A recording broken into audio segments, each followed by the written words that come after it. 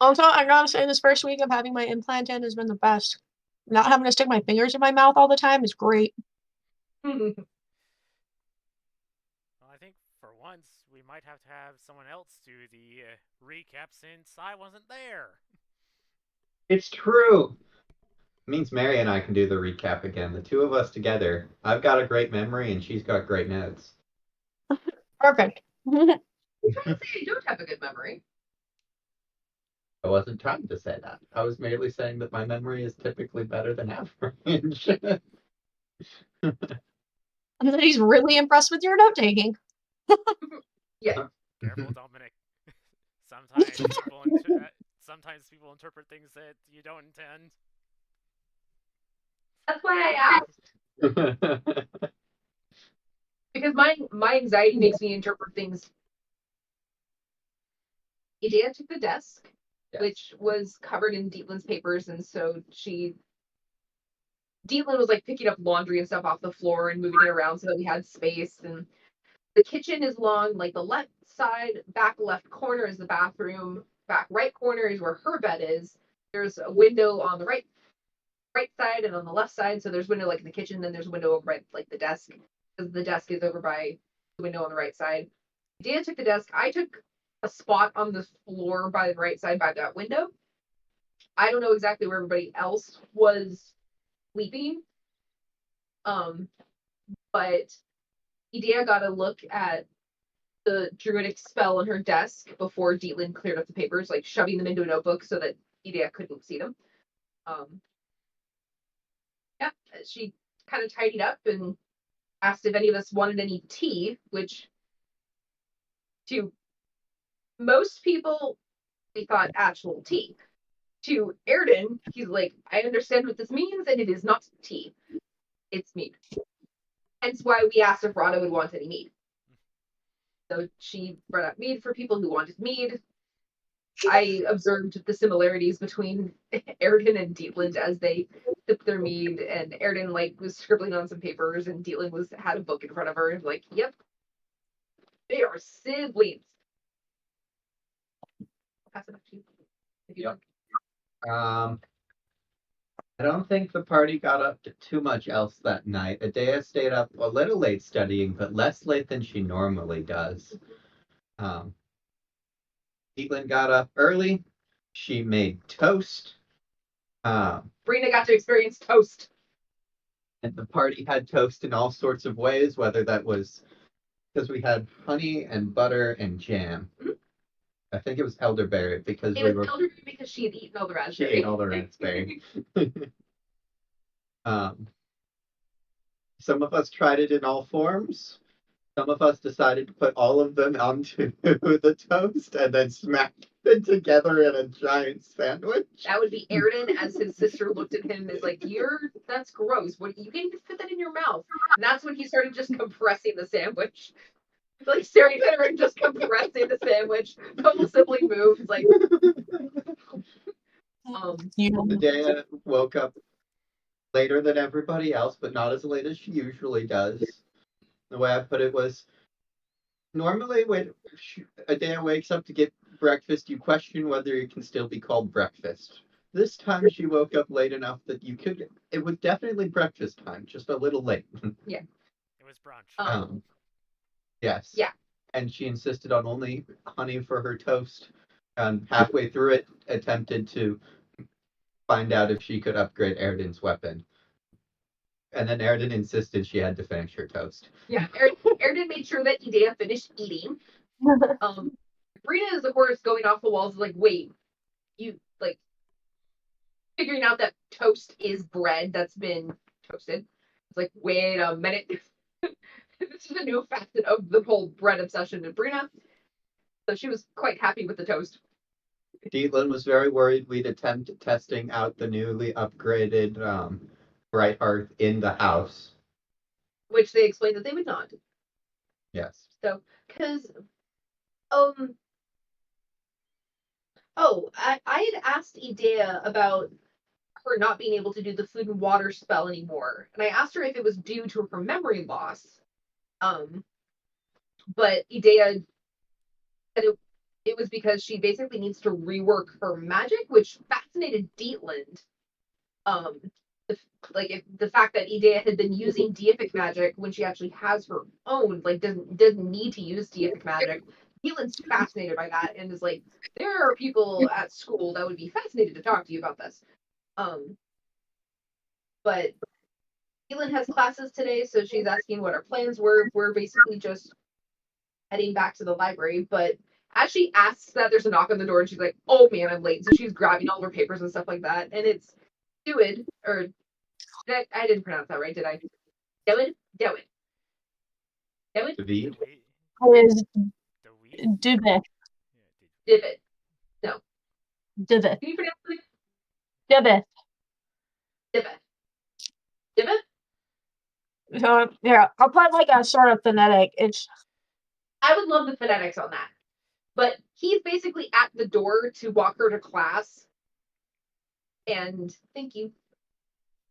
But he comments on us staying with her, and that's where she brings up the fact that it's like, well, kind of like brushing it off. It's like, the hotels are expensive here, and Airden just called out, "Have fun, you two." Not actually teasing his sister at all. But of course, Dealin's just like, I waved at him when he was at the door and saw us all. So we all left so that she could lock up the apartment. we needed to not. Headed Oh. back to the library. Patient.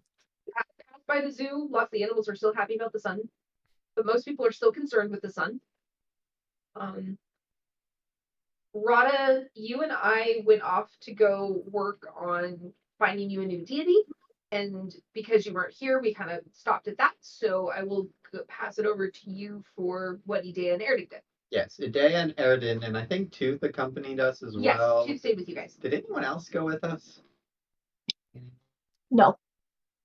Anyways, we went to the library to work out the infusions to upgrade the Bright Heart. So we spent an hour and a half putting an enhanced weapon infusion on the Bright Heart. During which time Adea kind of sorted it all out. She fiddles with them, We're kind of going through the book, making sure she does it correctly. And every time she's told to remind herself of something, she's like fiddling with something that you're like, I don't know if this is necessary for the procedure, or if it's just a mental reminder, but she does it. It works, but it's not quite tuned right. So Aiden can't quite tell that it's working. So Adea fixes that. Mere oversight. Wrong percentage of copper. Mm-hmm. And I think we left off on the upgraded Brightheart. Uh-huh. Yep. Yep, because you wanted to forge a weapon that day. Yes. And Adea explains that it magic. kind of is tied to hers, so it will keep lasting until she decides to end it, or until she tries to do too many of them at once, or until she dies. 50-50 on which is first.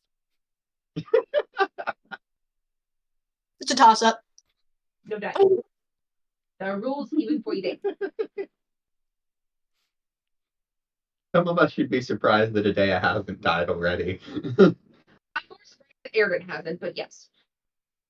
For very different reasons than Airden. Like, Airden should have died for getting into actually dangerous scenarios.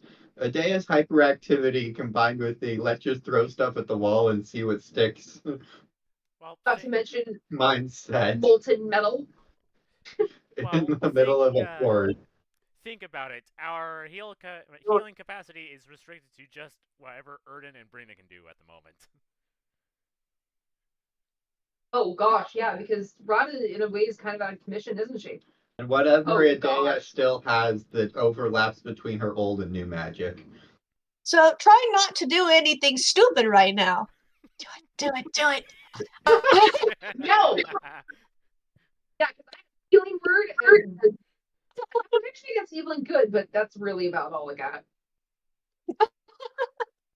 The main draw of healing word is the fact that you can do it at 6 feet away. True. Otherwise, it's bad.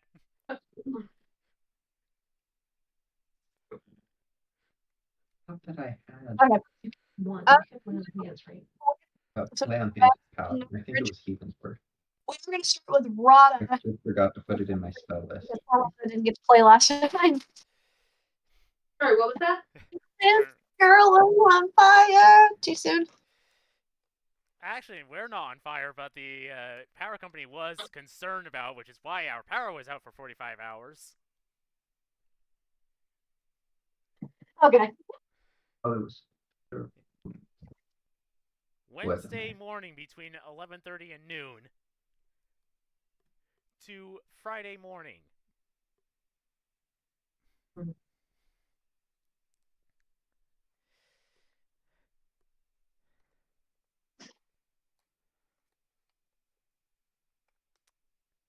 And then LA caught fire.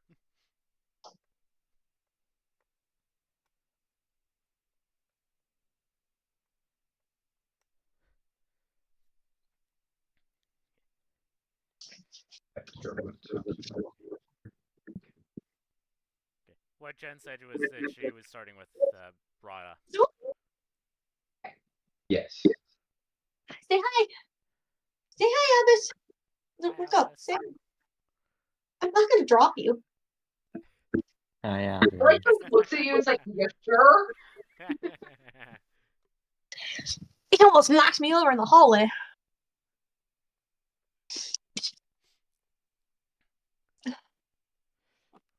Okay.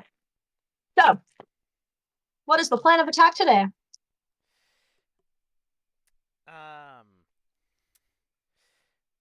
I believe the purpose was to go and continue looking for deities.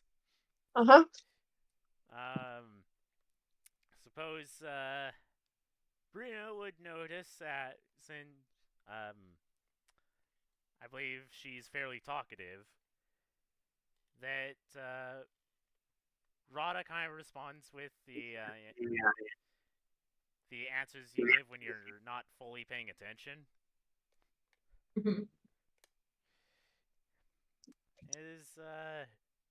She appears to be distracted.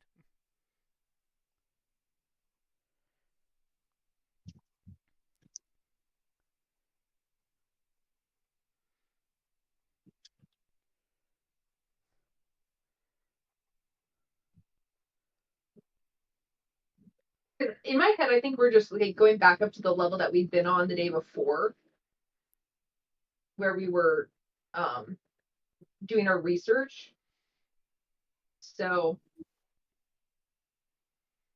I don't know if you would have had me climb up so I could ride up the stairs with you, or if you're gonna wait for me to walk up the stairs. I'm feeling I'm probably riding because why wait for me to walk up the stairs? Yeah. Use the daylight while we still have it. Wait, say that again? Use the daylight while we still have it. Yeah, thanks. I know I have short little legs. Which is hilarious to say out loud considering my legs, as me a human, not short at all. My legs are 4 inches longer than his. Nice. I do have short legs. You have a pretty long torso though. Yeah, I got a short little torso. But okay. So as Rod is like just answering kind of distractedly, I think Brino's like just put a hand on her shoulder and is like, Rod, are you okay? I know you're going through a lot, and so that's like kind of a stupid question, but are you okay? No. Honestly, no. Other than helping find a deity, is there anything else I can do to help?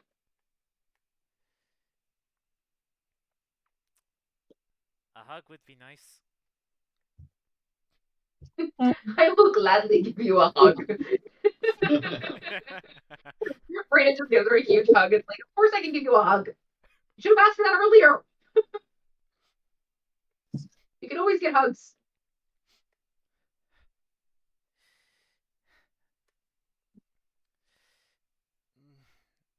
I've just been doing a lot of thinking.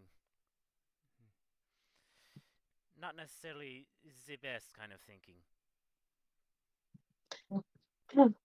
Hey, Brina, go ahead and give me a wisdom check, just real quick. Hey,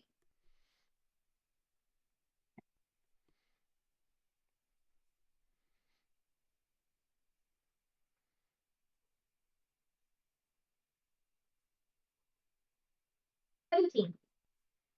Perfect. You can tell she's kind of like down in the dumps or whatever, and you remember chocolate for some reason makes people happy. Like it just does. You don't know about endorphins, but it brings them out.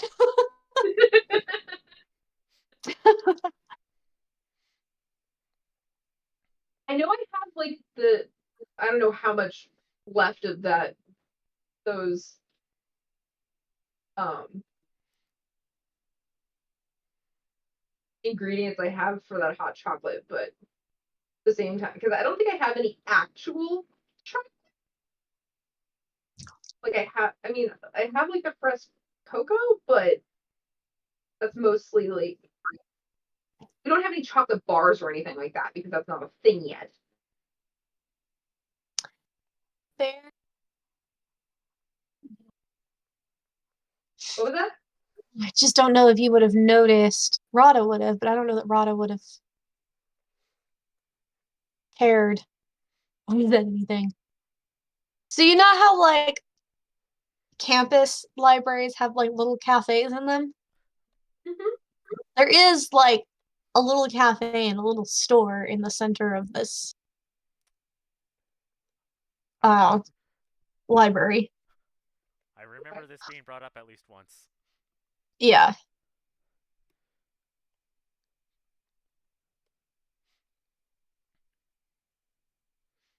I have an idea. Before we go off and start our research again, let's go grab something at that little cafe place at the library. I want to ask if they have something to. Yes, I know we just had breakfast. And no, I'm not just looking for bread again. But boy, if they have chocolate muffins, your day's gonna be made. I now really want a chocolate muffin. Dang it.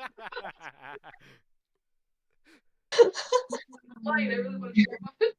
Sorry, we don't have chocolate muffin.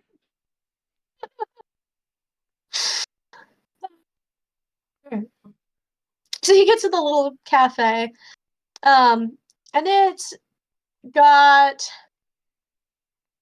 I say little because of the size of this library. It's really not that little. It's like a full-size restaurant in here, really. Mm-hmm. But it is because it's broken up into different little pieces, and it seems that there are different restaurants for different cultures in here.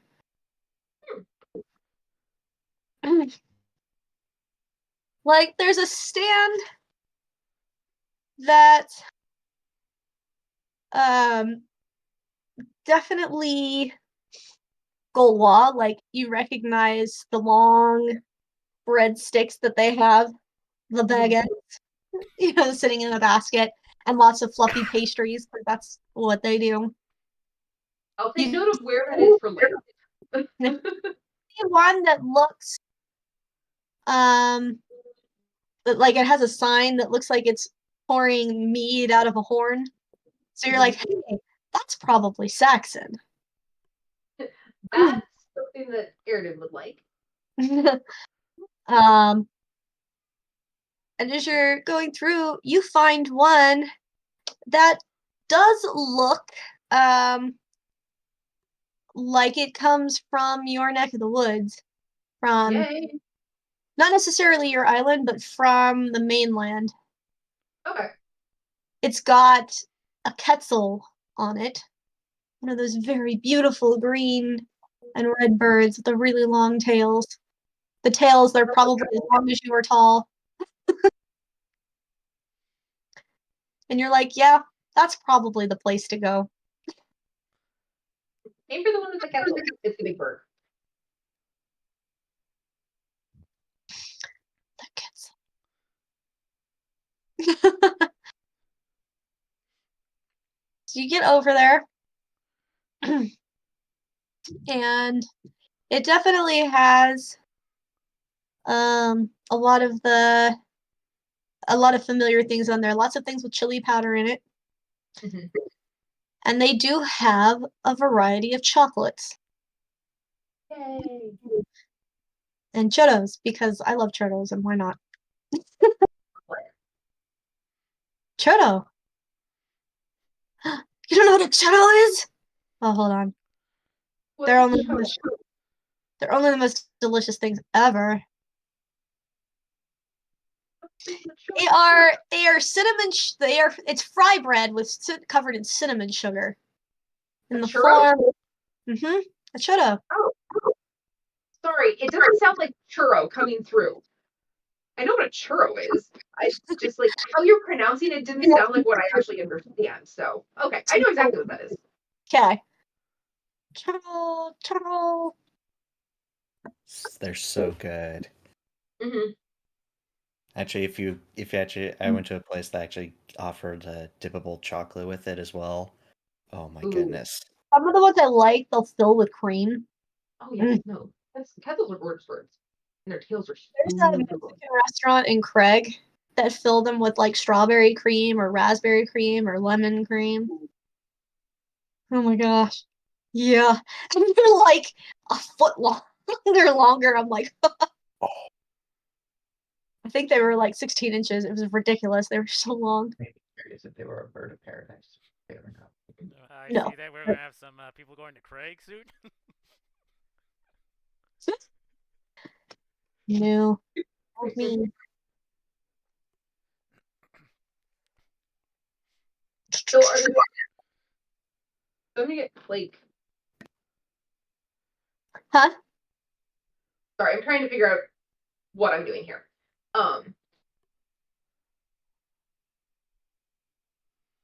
Like what kind of chocolates are there? I mean, I have a feeling the breed would know for chocolate relatively well. So each of them has a percentage next to it of basically how much cocoa is in there. And so you've got, from your darkest to your lightest, and then some of them will have chili powders in them. They're basically just little bars. Mm-hmm. They're not, I'm not talking like a big bar like you'd get in the. No, these are like artisanal chocolates that are in like the small little bars, basically. Yeah. Like your typical king size Hershey bar. Okay. Which used to be a normal size Hershey bar, apparently. According to my mother, that like king size was the size you got for a nickel. And I was like, are you kidding me? What BS? Okay. Inflation. And lies. Shrinkflation.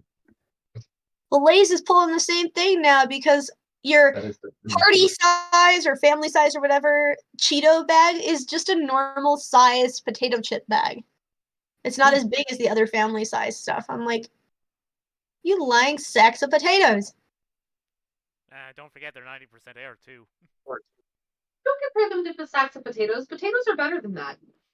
Don't insult the potatoes. Not their fault. How about lying sacks of rotten potatoes?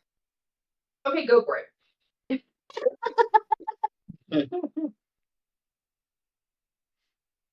Yeah. Ryan, do you like chili powder? What? Does she know what chili powder is? Because the hot chocolate that I make has chilies in it, the chili powder in it, right? Mexican hot, yeah. It's like the little kick thing that you get in the hot chocolate that a real hot topping you make. Do you like that? So, Jen, as Rana is someone that has probably had some Indian food, how much of a kick was there?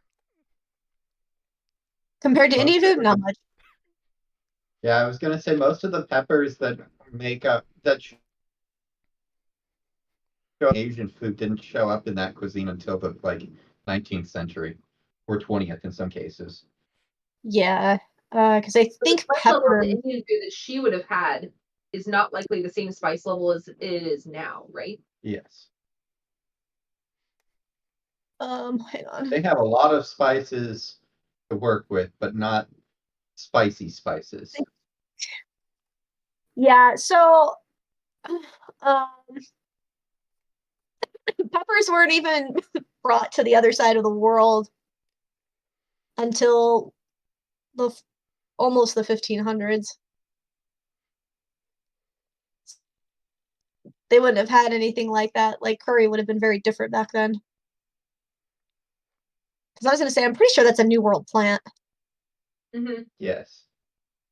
This is why I was asking about the cuisines when we did the Arthur's campaign. Can we assume they have their modern cuisines? Because Yes. those things changed a lot in the last 2 centuries. Yeah. It's amazing what happens when you can reach other parts of the world.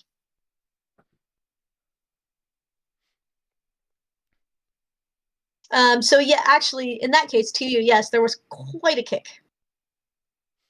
That would be something you're not used to, and you're like,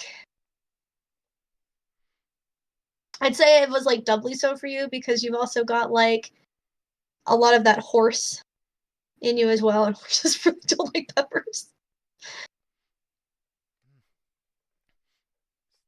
So don't like the capsaicin. No, they're like, whoa, what is that? Basically, I'm just a horse in disguise. My body hates that stuff. I just thought it was funny that your character gets to be the one that likes spicy. Technically, there's nothing wrong with you. We're not. Capsaicin was built, like, grown by these plants to keep mammals from eating them. No mammal is supposed to like peppers, but humans like pain, and so they're just like, that's fine, I'll keep eating it. Yeah, we're masochists. It didn't kill me, so. Wait, it must be good. Why? Any other mammal that puts their mouth on a pepper is gonna be like, no way, man. Meanwhile, birds don't have that sense. They're not affected by it, so they're just like, yeah, let's eat peppers all day. They're great. Which is why in my science fiction novel, the dinosaur people, like the bird people, everything they have is like super spicy. So when humans eat it, they're like, I'm gonna die. And you're just like, oh, sorry, I didn't know you couldn't eat that. Let me put this in the perspective of spice levels. So at Thai Basil in Bozeman, my spice level would be a 0. His would be a 4. Nice. Could probably tolerate a 5 just fine, but it doesn't really help with the flavor at that point. Yeah, I'm just reminded of a quote from a certain D&D campaign where it's because only mammals are affected by capsaicin. I don't know what I'm saying.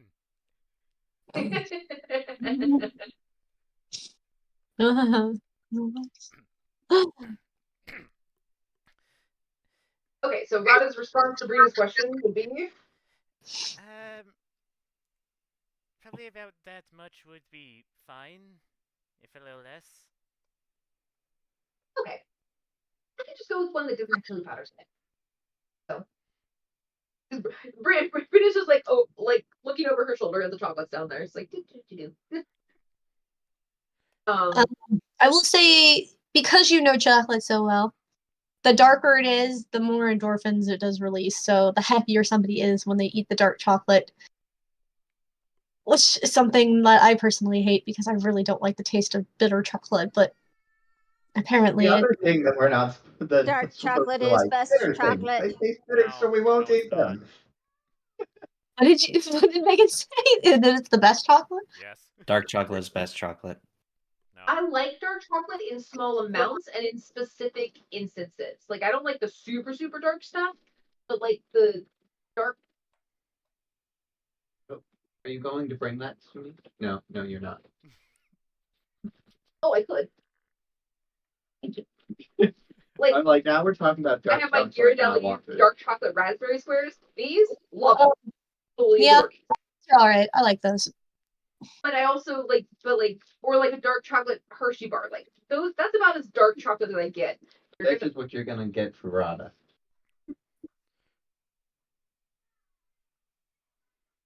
I'm not normally a chocolate person, but we were talking about happiness and dark chocolate, and there was a 70% dark chocolate. 70% cocoa. Nice. Indoor truffle that we got from some Christmas thing. So. Yeah, I'm like super weird with dark chocolate because I don't like dark chocolate and I don't like peppermint, but I really like peppermint and dark chocolate together. Yes, absolutely. Those things are match in heaven. Yes. I didn't realize you didn't like peppermint. Interesting. I don't like mint anything. Good to know. Peppermint, spearmint, wintermint. Ugh. My Sweetness. condolences. Bitter dark chocolate I've ever had. The only mints I like are the thin mints that the Girl Scouts sell. Those are I, on pretty the good. other hand, absolutely love mint flavored, except winter mint. Winter mint is nasty as all get up and needs to get out of here. Yeah, there's one of the mints that just isn't proper. It's winter mint Yeah. because spearmint Yeah. and there's peppermint and there's sweet mint, which are all really good, and then there's winter, which And tastes like Pepto Bismol, and it's a no. It's like the white chocolate of chocolate. It's Yeah. just disgusting. It is. I was gonna say you forgot mint. Like there's just mint as well. Oh yeah, and then all there's different mint, plants. but mint is good. I don't know. I miss having orange flavored toothpaste. That was wrong and nasty on so many levels that I cannot explain to you. It is genuinely disgusting. But for somebody who doesn't like mint, I can understand it. Like, 'cause that was what I was thinking. It's like, gosh, finding a toothpaste must be really hard because most everything is mint. Well, it's always gonna have kind of that minty flavor because of the fluoride, but Mhm. what's even worse is when they try to like I've tried the bubblegum flavors before. Those are nasty. Like, no, that's not worth it. Bubblegum's not that bad. Oh my gosh, I don't like bubblegum flavor. So Yeah, it's that's true. You like bubblegum flavored. I enjoyed the bubblegum flavored. it tastes kind of like plastic. Anyway, So thinking knowing that the darker chocolate does make people happier, I'm gonna pick not like the darkest of the chocolate, but maybe like a step or two down that doesn't have chili peppers in it. She's gonna get dark, but not special dark. Correct. Well, and that's more because out of consideration for Rana, because I don't know what her palate would be with that, and I don't want to overburden her with questions, so I'm just going to make an executive decision and choose something. so it's probably going to be the 70%. Okay. As somebody who used to stock chocolate bars, I remember we had 70, 85, and 90. And every time I saw the 90, I was like, oh my gosh, I can feel my taste buds exploding just looking at that number. I mean, that's And how not you get exploding the into it. good flavors. That's what you use in other stuff. Bitter pretty well being part horse. Greens are usually pretty bitter. Yeah. I'm still going to go with the 70 just because that is Brina's idea. So. I'm actually going to slide down off her back so that I can pay and everything like that, so that I'm not like awkwardly looking down at whoever's running the stand. How much is the bar? And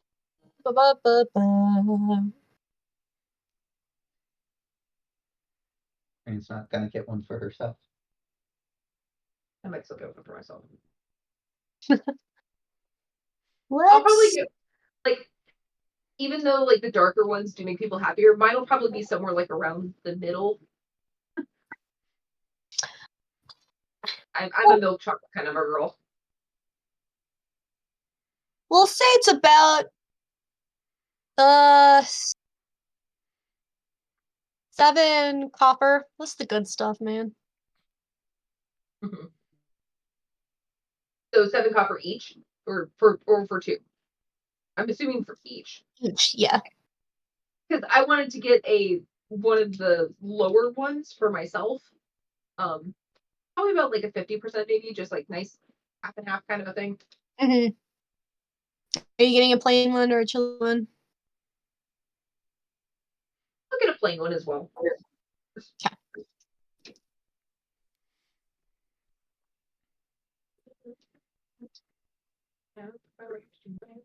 Alright. Now you have chocolate bars. There we go. Haha. Oh my gosh. They actually sell those? I mean, this looks dangerous. What is it? Look at how dark it is. Oh yeah, they sell Oh. that. I want to eat it. I'm gonna go out and buy it one of these days and go eat it. I want to see if it tastes like baking chocolate. Ugh. Because I've eaten Probably. baking chocolate. I've eaten baking chocolate before. It's not bad. It was a surprise at first because I didn't realize it was baking chocolate, but it wasn't bad. So upon paying for the bars, I'll turn around and hand up the one for Rod. It's like, I don't know why, but I know this makes people happier. And so it might not be much, and it probably doesn't solve any problems, but hopefully it'll taste good.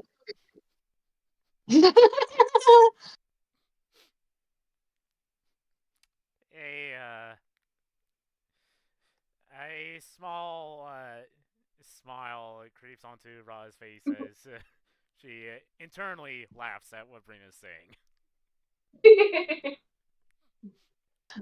Okay, if that's what you think. And we'll obviously take it. Uh-huh. Yeah. Are you going to try some of it? Yes. Okay.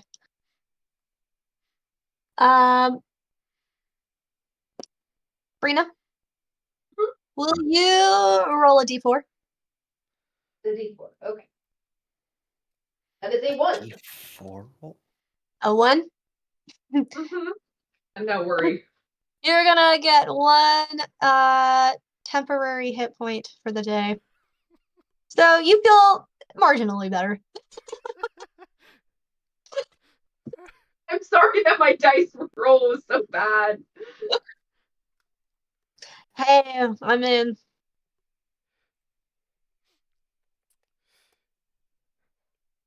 Hey, it's something.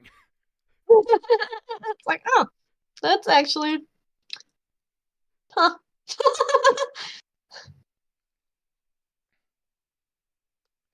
I will say, with your palate, this tastes pretty good. And you're like, oh, actually, I like this. Some good stuff.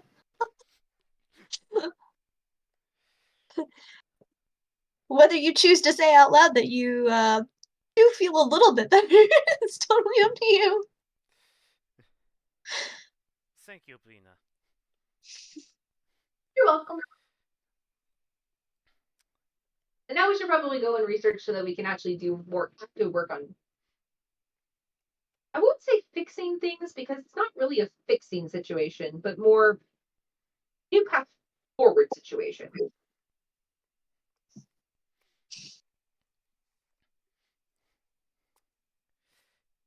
If you replace every part of a boat with new components, is it still the same boat?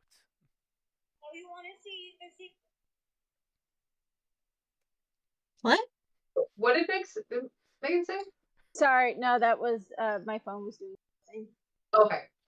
Oh, That's an interesting question. Is Ron actually asking this question? It was a rhetorical question. Mhm.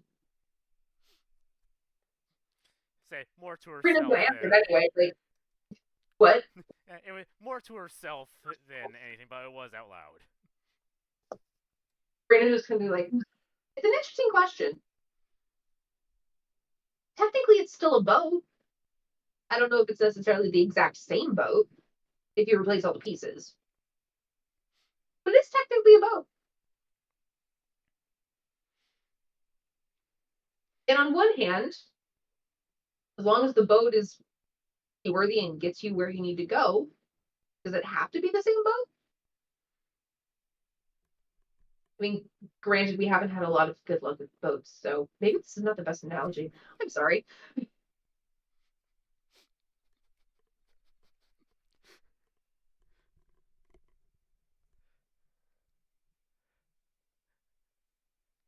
No, I will say that half of that reaction was me as a player. Like, that's actually a good point.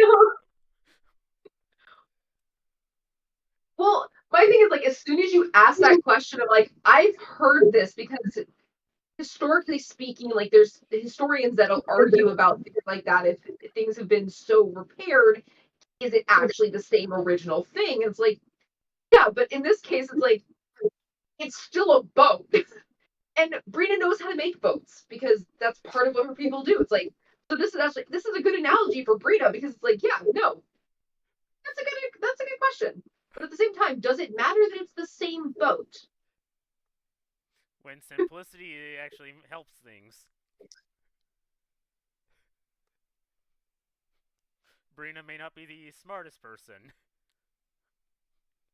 but I think in this case it's helpful. I think Brina's smart in her own way. Like, my intelligence stuff might not be the highest, but like she's not dumb, but maybe she's not on the same level as Tong, and she knows that, and she's okay with it. No one's on the same level as Tong. Exactly. Except Adea. Well, sure. It turns out Adea actually is on the same level as Tong in a sense. I was going to say the physician. Mm. He's In the smart. Battle of Wit, Adea has most of the mental stats covered, actually. Adea has the capability of learning from her mistakes. She just doesn't have the experience to fit with the wisdom. I think the best description of a smart dumb is when you have a high intelligence but a low wisdom. It's called book smart, but not able to apply any of it in the real world. That's why I was trying to get across with Nefakare.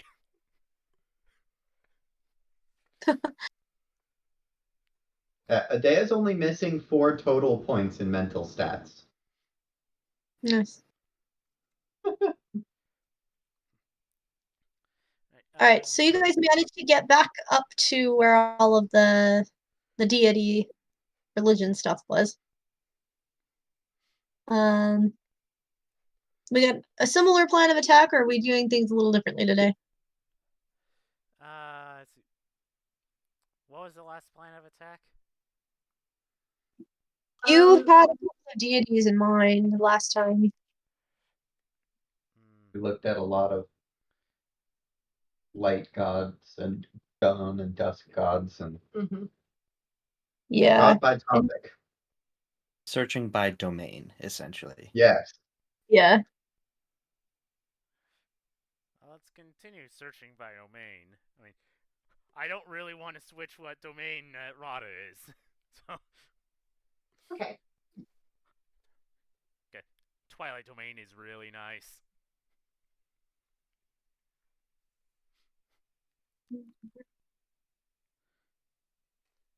I considered ways to make just like the tankiest character ever, and Twilight Domain was among the possibilities. And to get some other cool stuff. Twilight domain, does it have to be a Twilight specific goddess or can it be Moon?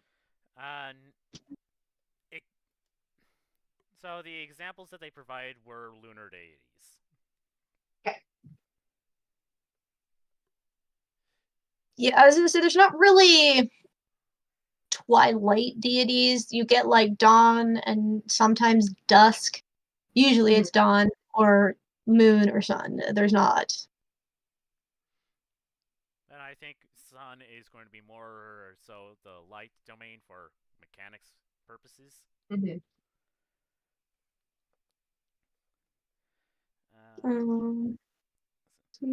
That makes me wonder if there's a god of like sailors and Twilight. I'm Maybe. feeling that's likely. I didn't see anything in my research, but that doesn't mean that it just didn't pop up. What is this, Pirates of the Caribbean?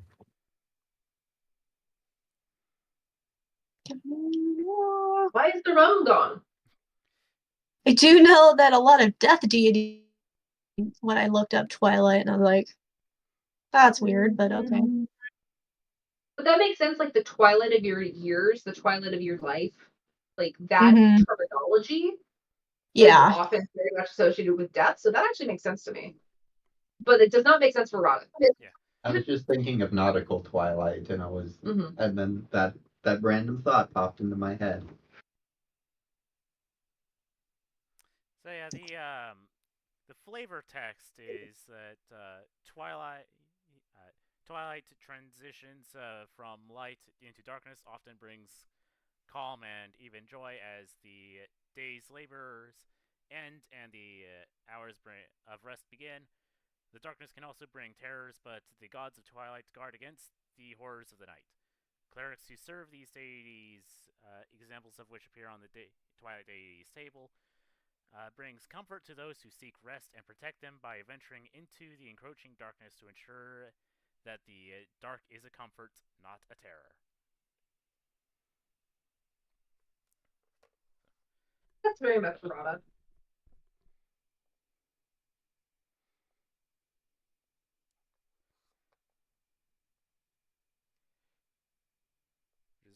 Well, I'm thinking either Luna or Aurora would be good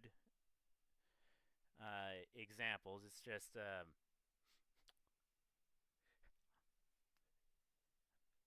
I'm wondering, why are we looking for deities when there's probably not going to be much of a choice. I mean, the Dagda offered Rada a choice, but it's because he prefers giving people options. Mm-hmm.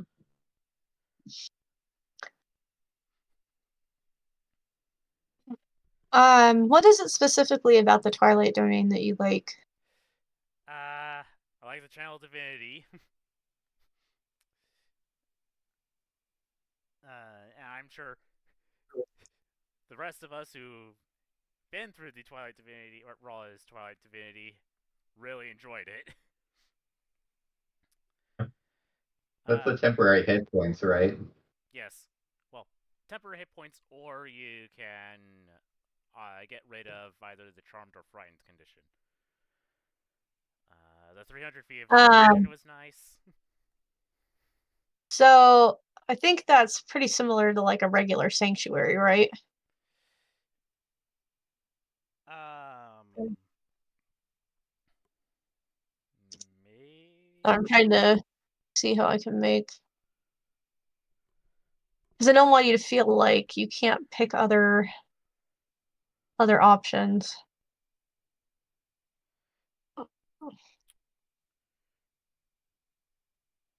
I mean, all around, the Twilight Domain is pretty strong.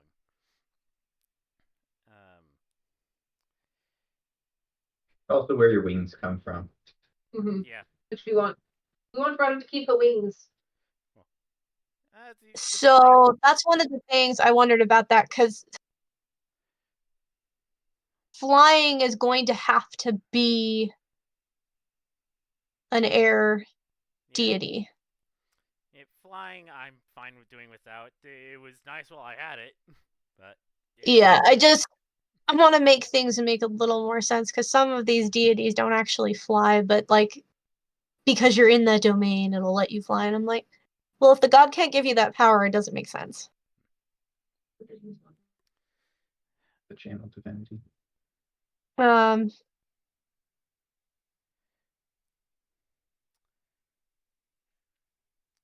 can definitely tweak that sanctuary to be just like a straight up cleric thing in general.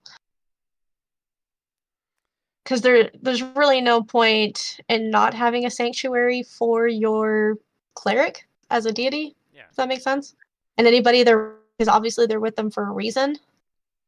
And you want to keep those people safe because they're doing work for you. That's the level 8 ability, and I'm pretty sure every cleric class gets something like that. Which is basically just doing an extra D8 of damage. Which one? It's the level 8 ability. Oh, the Divine Strike. Yeah. Oh yeah. The Divine Strike will be because I've removed radiant damage because radiant damage is kind of weird. But any deity, if they had the yeah, we could keep the Divine Strike for anything and whatever kind of deity you have. So let's say, for example, you used to follow a fire deity, your Divine Strike would cause fire damage. Yeah. Yeah. That kind of thing. And like I said, I'm pretty sure that there's some version of that for every cleric subclass. Yeah. Um.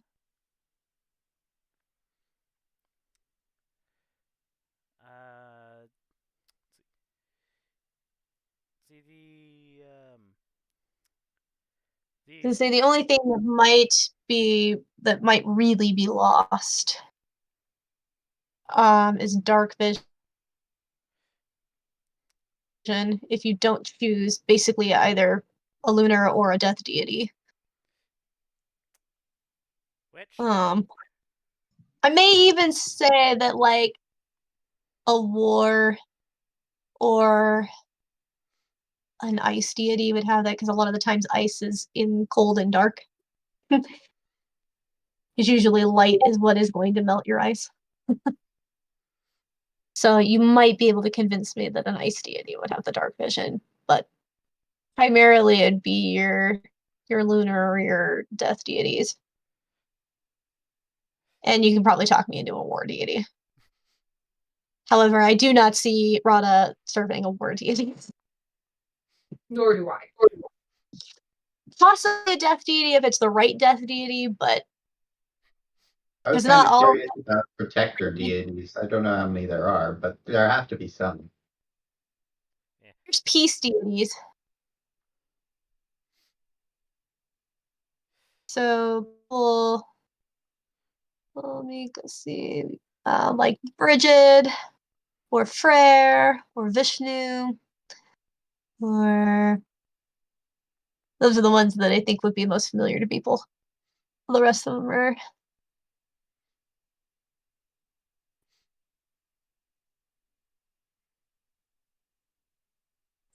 Pax, Zarlik.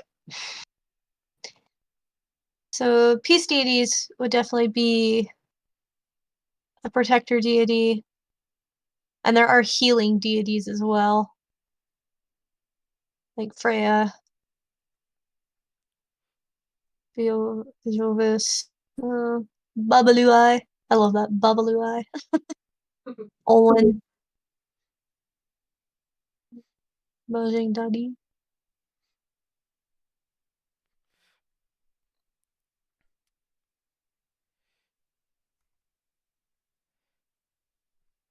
So yeah.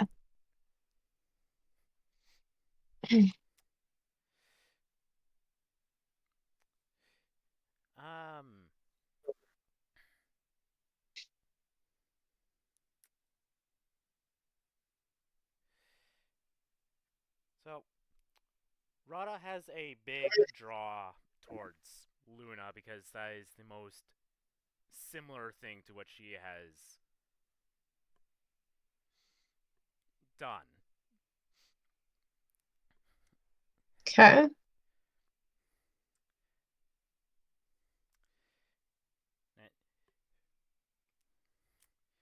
Her biggest caution with Luna is because of the whole the Greek gods are dying, and the Romans pretty much had or adopted the Greek gods.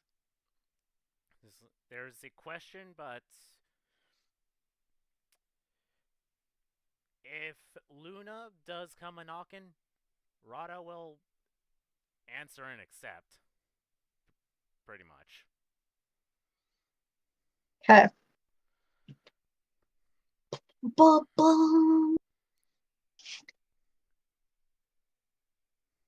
All right. So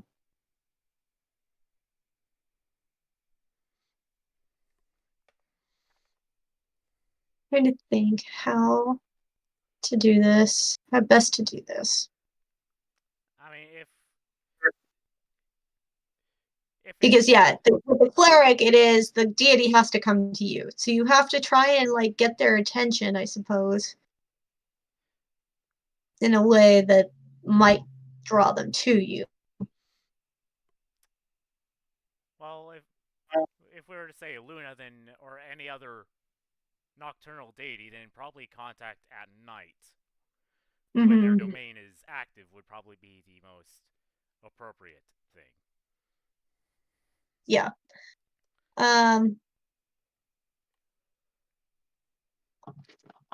Want to do this sort of by partisans. So 6 deities. I want to have a list of 6. One of them is going to be the Dagda, just because he's already reached out to you. Yes. So then there'll be 5 that you need to pick that you think Rada would be most interested in. So you said Luna. Yep. So probably already got Luna down. Let's see. Who else did we talk about? Brina had mentioned Hina, which is the Hawaiian goddess of the moon. Didn't they? Wasn't there also one for like dusk and dawn that was a little closer? Yeah, there's a couple.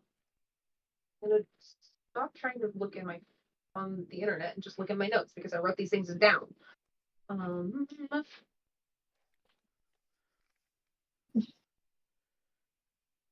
Yeah, I had a bunch of stuff written down and then a bunch of my pages ripped out, and so everything's in a weird order. Okay, here we go.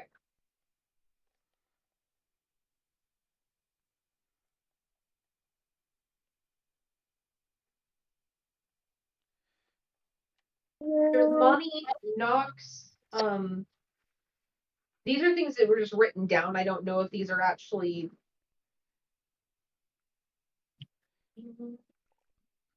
Yeah, Manny, whatever Nat is supposed to be. Nox, Luna, the Morrigan, Nut, Mhm. Aztec deities, Arundel, and Oster. Or Mhm. Oster. And there was Hina and Hinaea, which is a goddess of sunrise and sunset and a healer. Hinalali Lukala? I think I'm trying to see if that's an H or a K, but Hinalali Lukala is also a healer. There's like a Hina has a cup. The name, it's not just one goddess kind of. There's like a couple different iterations, but I offered Rada the book on Hinaea, which is the goddess of sunrise and sunset. So that was the one that seemed to be the most appropriate out of the deities that I know from my own culture. So she was sunrise, sunset, and wasn't there more than that? Healer of thrush and children. Embodiment of feminine power and fertility. Control the celestial spheres, commanding the transition from day to night. And I can't read my own writing. Okay. Hina, he is on the list. I do know that. Put who on the list? Hina. Guys. Well, Hinaea. Hinaea. So Hina apostrophe A. Cool. Hinaea. Hina. Okay.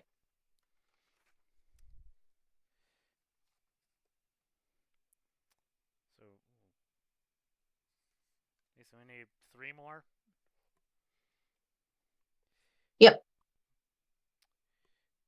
Do we need those tonight? Or can I spend a week to review this information and get back to you? Whichever you like. Depends on how fast you want to get a deity and start. Since we're not in danger yet, I don't want to jinx it. I think we can go a little bit longer.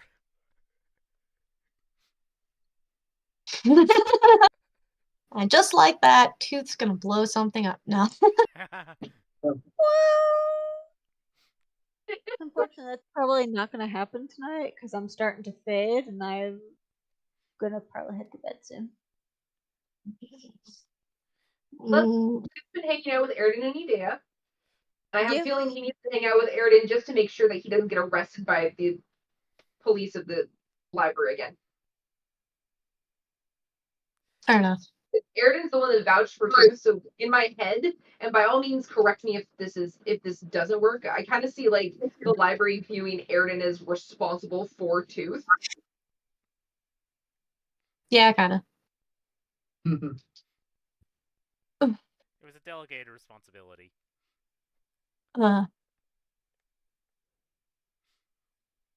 So we'll let you spend a little more time. If you come up with another one you want, and then just message me. Will do. Erdinini, Dea, and Tooth. What are you up to now?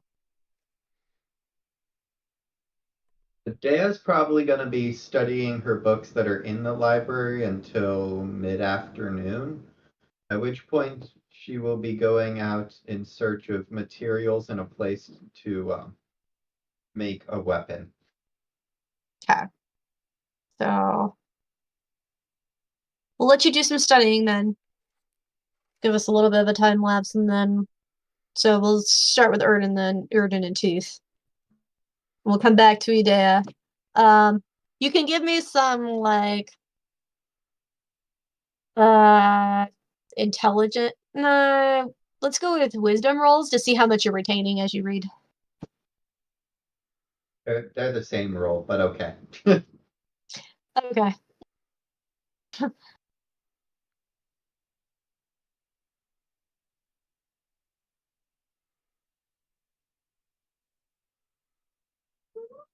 How many of them am I giving you? Um, let's do one for each hour that you're reading. So let's say I think it's probably going to be like 3. Okay. You want The to first one was a nat 1. Oh. +5, but that spell works. That she's or that infusion works. She's like, I got this. I can do this. And then you get through like the first hour, and then you're like, oh, I didn't pay attention to a single thing I just read in that chapter. too excited. No, it's like you're so excited you're still thinking about it, and either you've read half the book and you don't retain any information, or you've still been reading the same paragraph over and over. The Might be other 2 were an 18 and a 21. Good. okay. I'd say by the end of your 3 hours, you retain probably like 75% of what you're reading, which is pretty good considering you're slowly distracting yourself. All right, so for the morning, what are you two doing, Tooth, Erden?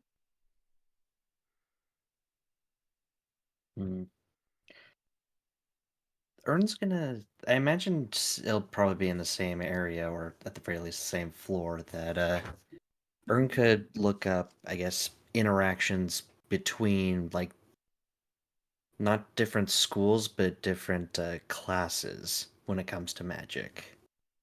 Like, is there interference between deific, wizard-based spells, or stuff like that?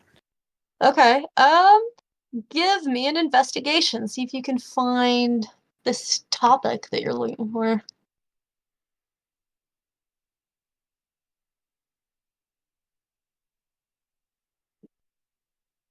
It's a night of disappointing rolls, it seems. What's 3 plus 1? I think it's 4.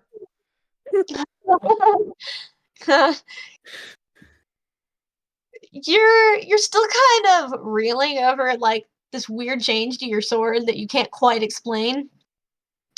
And so you're like trying to find stuff. You're like, I wonder if this would have any effect with the deific magic she used to put on here in the first place. Are they gonna like explode? What's gonna happen? And oh, what am I looking for? Dang it.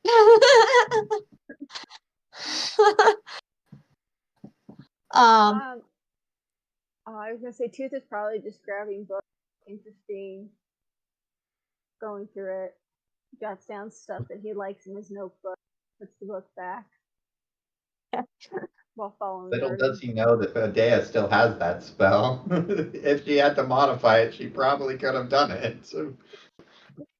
Roll me a percentage dice.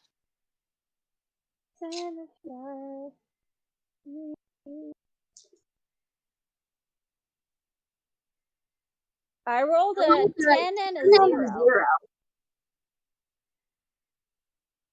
10 and a 0? Yeah. That's a 10. Yeah. So you're probably jotting down about 10% of the stuff that you like down. So you're really not jotting down a whole lot. You're like, oh, that sounds cool. And then you just move on. I'm writing down the title of the spell.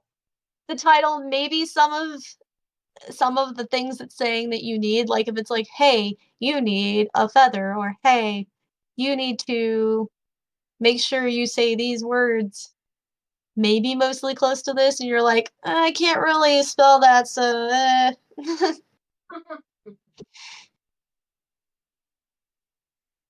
kind of half-hearting it. You're desing it. Yep.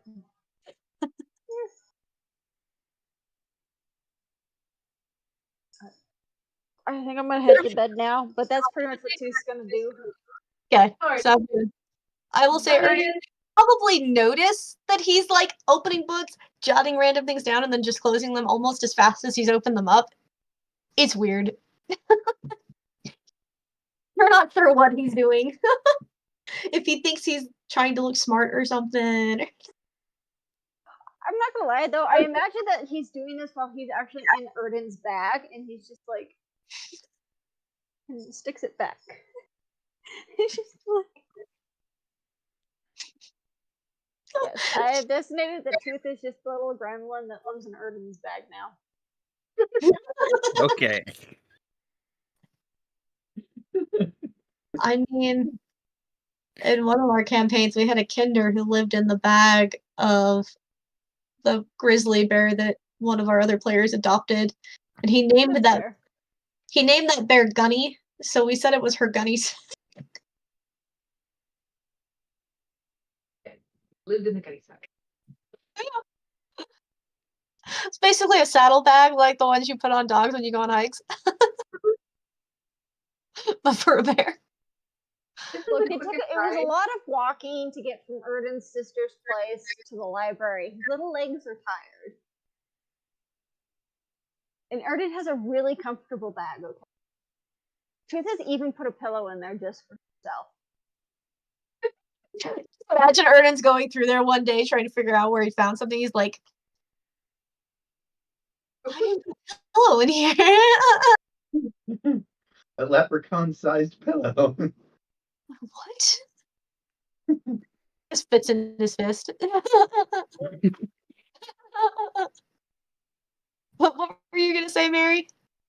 Oh, I was just saying, like, as a small aside, as Rada's doing a lot of her research, like, I feel like Brina, if she feels like she can't help with any more of the research, kind of like, this is something that Rada kind of needs to research for herself, and I don't know how much more help I can be.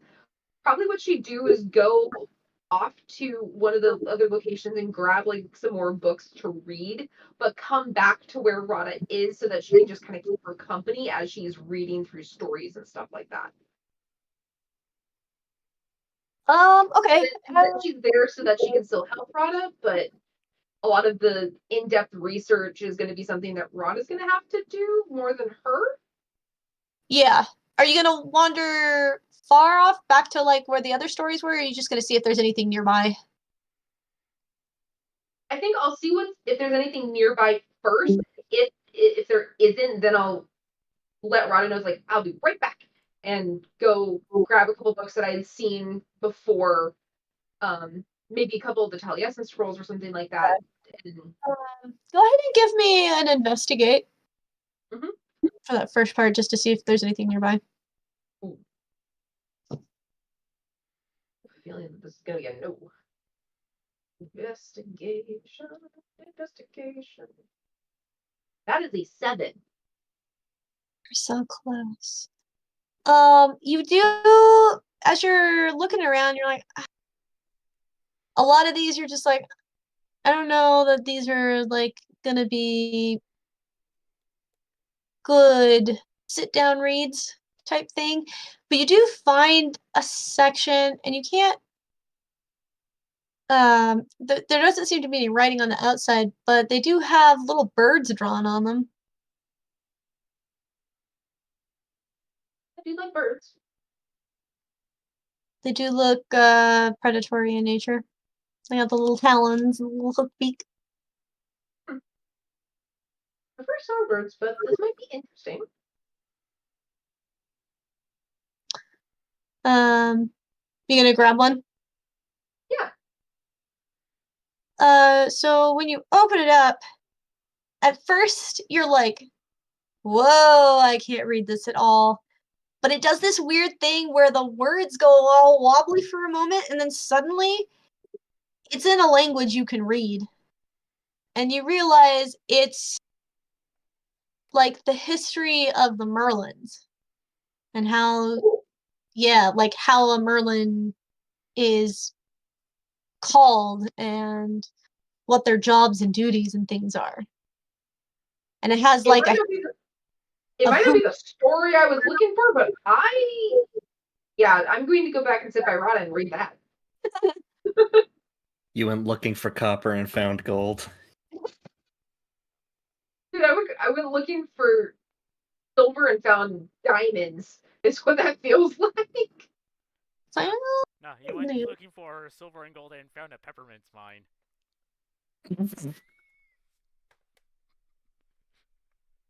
Yeah. How about just a salt mine? Far more valuable. No, it's the copper mine in Butte. Oh gosh. Yeah.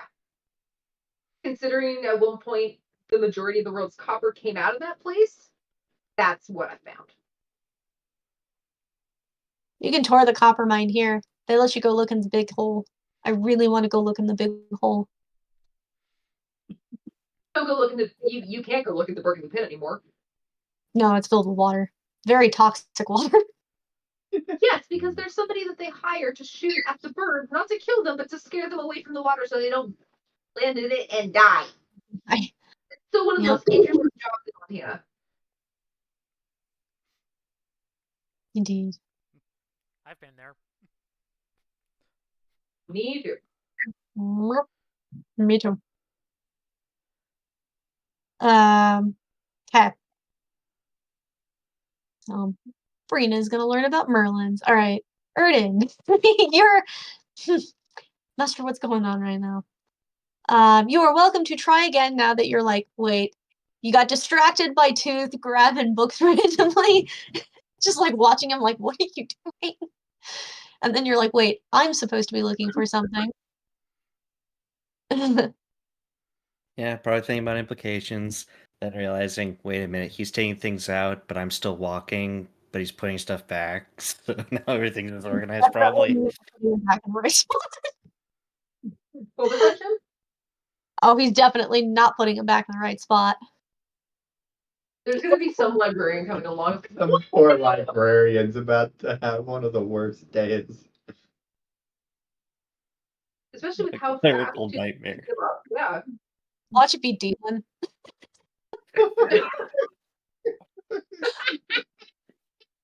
Who went through here? Yeah, Child? she clocks in. She sees, oh, I'm assigned to the 7th floor. All right, let's go up there.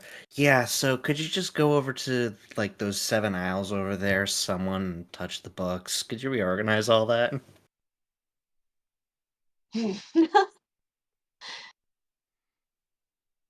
Yeah, Ern will try and look again. Yeah. This time with a little more with feeling. Once more with feeling. It's 13.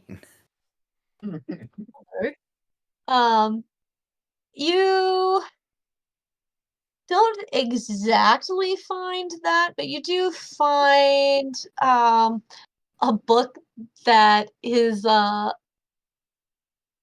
labeled magical consequences, and you're like, huh, that sounds interesting.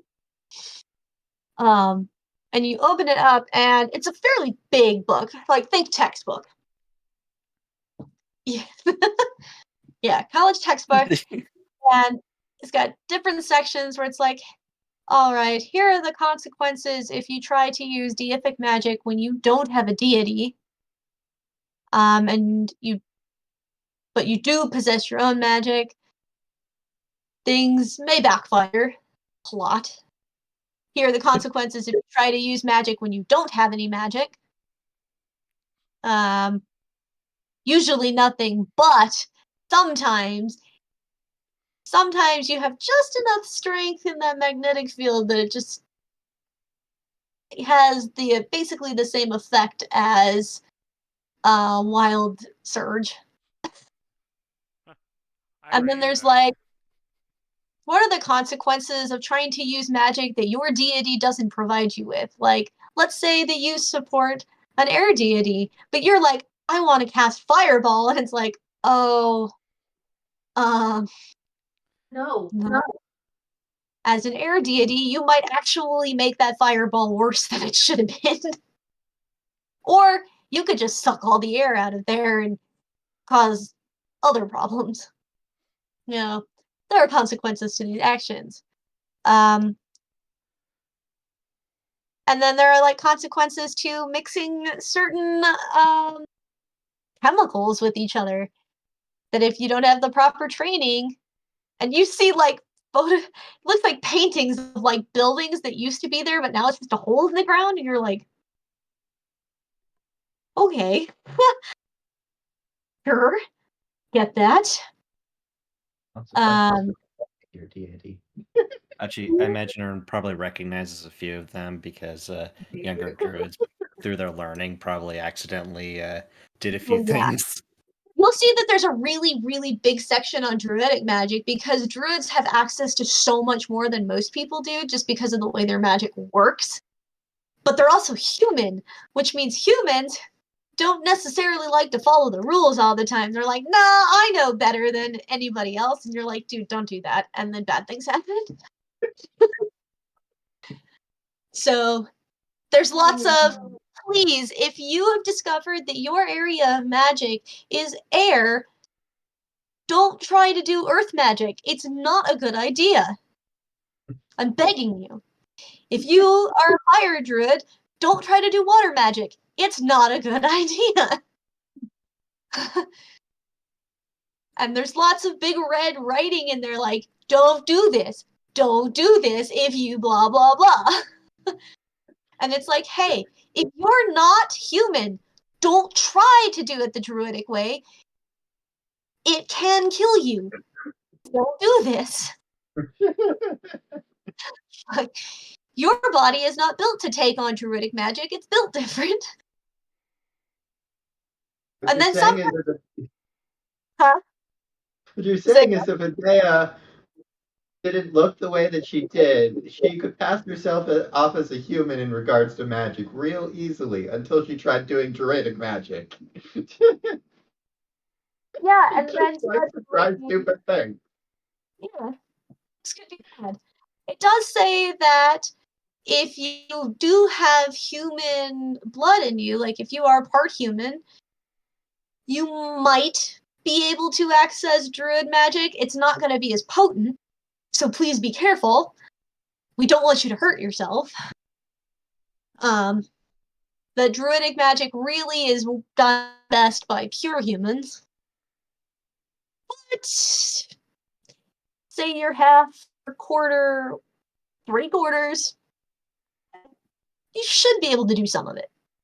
It's not be an immediate like death sentence kind of thing. you're not seeing a ton about like mixing of different types of magics other than a lot of it's probably best not to do it, but it's not telling you why. It's just like, don't do it. You're like, cool. Guess I won't. I don't know, Ern's kind of getting that more tapping into his human side a little bit now. It's just like, just a part of my magic. Literally, there's literally, div,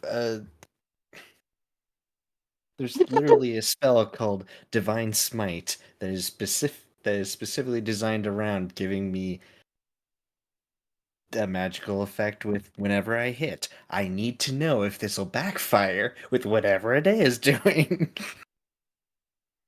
I don't even know if this remnant's light spell is going to even keep up at this point. I need to know these things.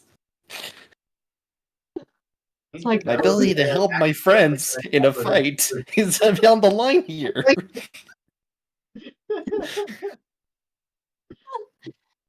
he does, like, I'm being helpful. I don't know if you really are.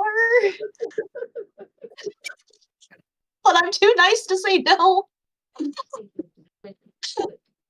I care about you having interests, but we don't know anything about these interests. Medea, nothing ventured, nothing gained.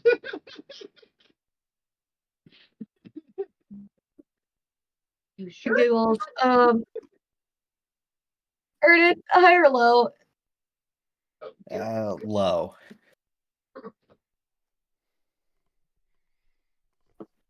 Okay. Cool means. Yeah, seems like Aaron's in the right section now, so he's gonna stick in this area. We probably narrowed it down a little. There you go. All right. I'm gonna let you do that a little bit. Ijaya, we're gonna come back to you. You finished your several hours of reading. Excellent. All right. Medea wants to make a sword, but we're gonna need materials first. So, two things here. One, has Medea read about any material yet that would be more effective than bronze for both magical and weapon purposes? Or, as effective in one and more effective in the other? Let me see.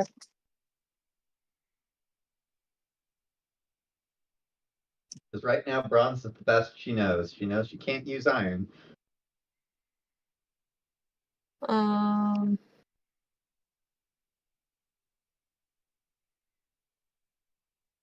Do do do.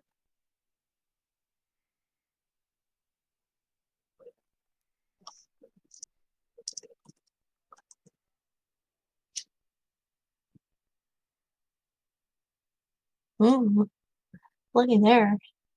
Somebody may have also asked this question.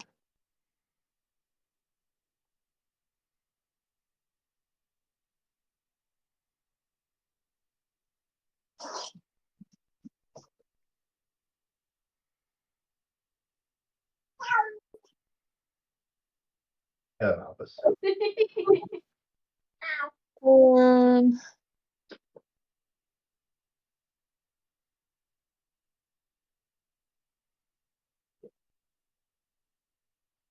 hmm.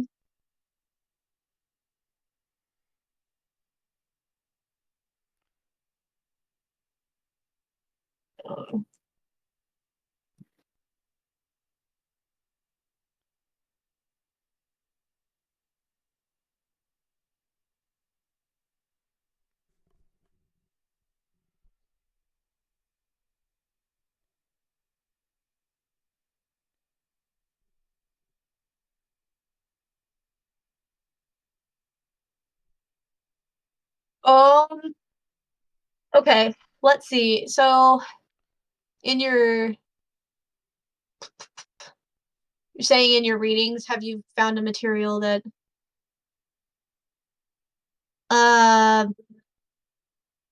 You read about, let's see, choose 75, yeah. You read about 2 materials, and you're wondering if maybe you can combine them. One of them was coming from Asia. They call it steel. It's not used a ton. It's, by the sound of it, it was discovered by accident. But apparently, if you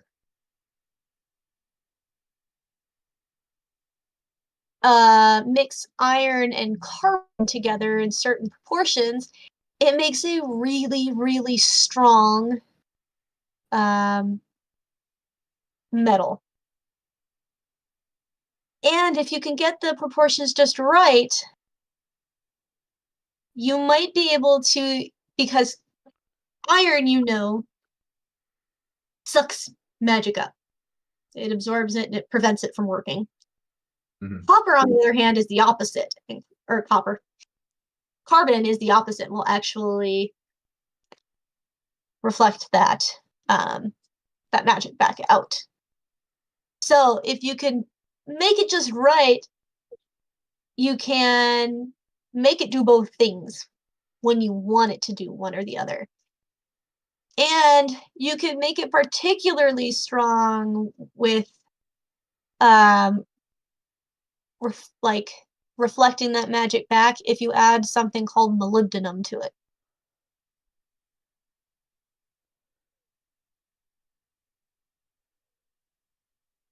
Interesting. Because I was like, I'm pretty sure Dea knows what steel is between her time in Atlantis, Damascus steel, and a couple other things. That's true. But the You would concept know. that it might actually be magically viable?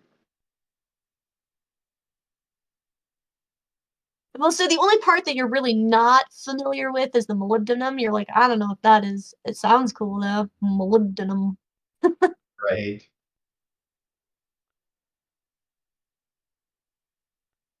But it does seem to make it like extra uh,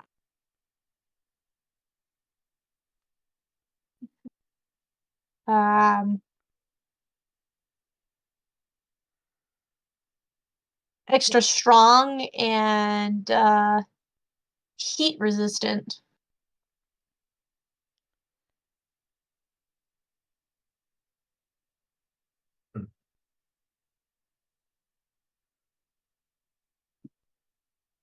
Molybdenum called anything else, or should I just ask around and hope I get lucky?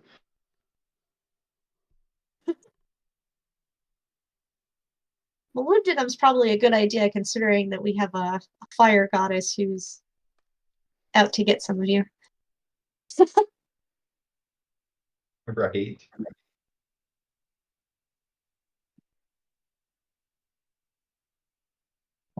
Well, Dea thinks this sounds risky, but also thinks it sounds super cool.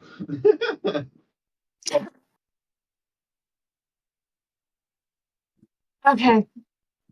So what you're gonna So, have to do is figure out where you can find these materials. well, the good news is I think I've got carbon covered if I want it. I could go look for different versions, but I have a very magically capable carbon already that That's I true. may burned a large portion of on accident. But iron, I can probably get from a vendor. The question is molybdenum. Question is molybdenum. Dea doesn't know what it is, so she'd have to get lucky with a merchant knowing what it is, unless it's known by something else. So I guess the first thing we should do is peruse and see if we can find any other names it is. We don't want to spend a lot of time studying this, but if we can ask a librarian about a book on metals, including molybdenum, and see if it has a name by skimming it for 15 to 30 minutes. I imagine it Excellent. wouldn't. It sounds like one of those like middle lower metals, so I think it would be one of those byproducts that some alchemist who was bored one day found. And it only goes Oh, by that one name, probably. technically, in like reality, it wasn't discovered until 1778. Uh, So, And the Greek name for it comes from the word for lead yep. because they couldn't keep the two straight.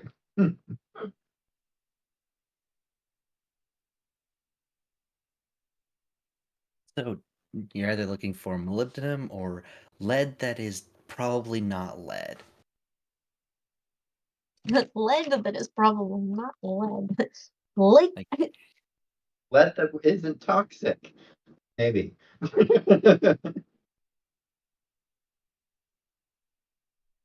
actually, in that case, you would probably go to a metal worker who's been working with lead and it's just like this stuff doesn't act like lead. I'm just gonna throw this out. Yes, because that's going to be really, really interesting. Going up to a metalworker. Hello, do you have any lead that doesn't act properly? Can I relieve you of it? Lead that's not lead. Lead that's not lead. And it's in the scrap pile out back. You can take it all you want. I really want her to find some grumpy Alexandrian. It's like, yes, take it. All I right. don't know why you want it, but take it. So this is the plan of action. First, we're going to see if there's any other names or any other defining characteristics so we can ask around about it. Then we're going to go to, the market, which is probably not the actual market, but, a supplier in whatever forge district there is. I want to ask the librarians about what that would be too. How are you going to find it, though? You can't read any of the signs.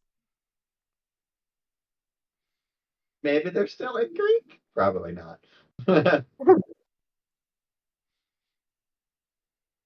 Yeah. Okay. Sorry. Um,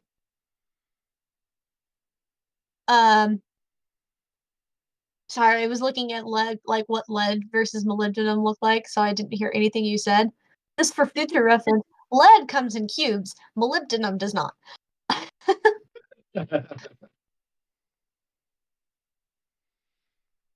Okay, so repeat what you're gonna do, Adea.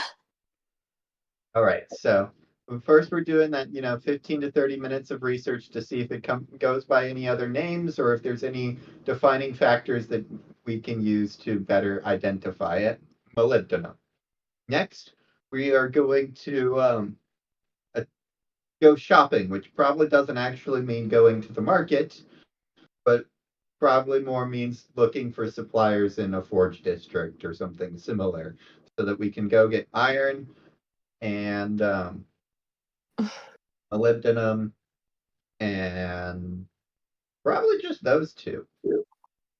I think we're okay on the whole carbon thing. Okay. Um, I will say, quite easy. Molybdenum does not go by any other name. You're not finding a ton on molybdenum, but it does not appear to have any other names.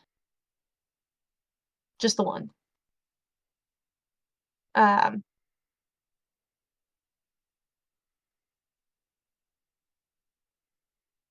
sorry, it's not working.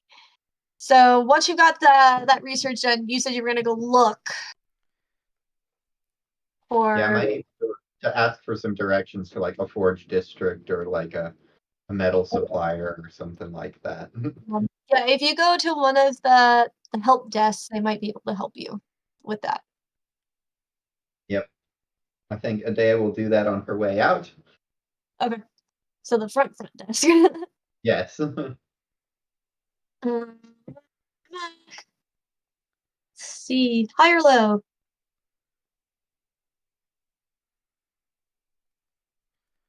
What's terrible is I wanted to say both, and then I was like, middle. I was like, that wasn't an option. I want 6 to 15. It's a very good answer. That's what my brain is today, apparently. Roll a dice. If it's low, Um, pick low. If it's high, pick high. Hi. The dwarf from the night before is sitting at the help desk. Oh no. Oh, good. His name is So as he sees you coming, he's like, "Oh, you're back." Oh, yeah. Hans, was it? Yes. Yeah. Been doing more studying, and now I need some help. I'm looking for. Well, I need to pick up some metals, and I don't know where to go. You came to the right person because dwarf. All right. So, particular metals, because I can send you probably right to the right vendor if you have a particular one you're looking for. I need iron and molybdenum.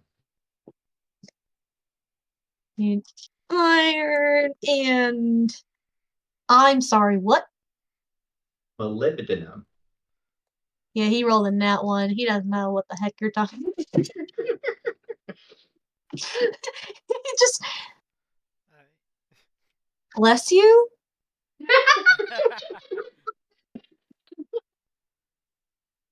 Is that a real? Are you? Do you mean? What defining characteristics did Adea find for it so that she could try Describe to it. describe it? Molybdenum. I love this book. What book is this? Marco? Rocks and Rocks minerals. and So it's a very shiny silver metal. Da, da, da. It has a hardness of about a 5.5. picture given by Marco. It has a pretty high melting point, like it's, but seems that only 5 other elements have a higher melting point than it. What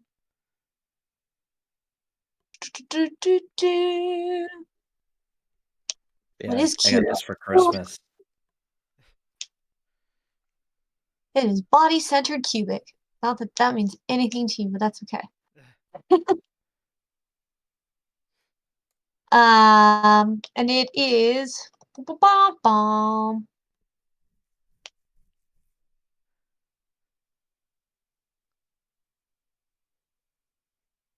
Not gonna lie, I might look at getting that because that looks like a really interesting book. Yeah, you can look up things either by the actual name or by the primary element. And it seems that you can find it in the far northern reaches of Europe. Like as far north as you can go before you hit the ocean. Norway. That wouldn't be Norway. I guess Alright. that you're right. That would be Sweden. It's in Sammy land.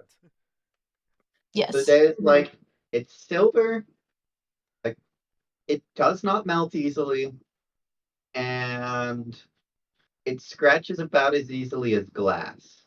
Because I imagine Adea probably would have picked up more on the comparison than the actual number. Oh yeah, definitely. Yeah, where's this guy is a social science major, not a geoscience major. So He might be a dwarf, but he hasn't tapped into all of those things.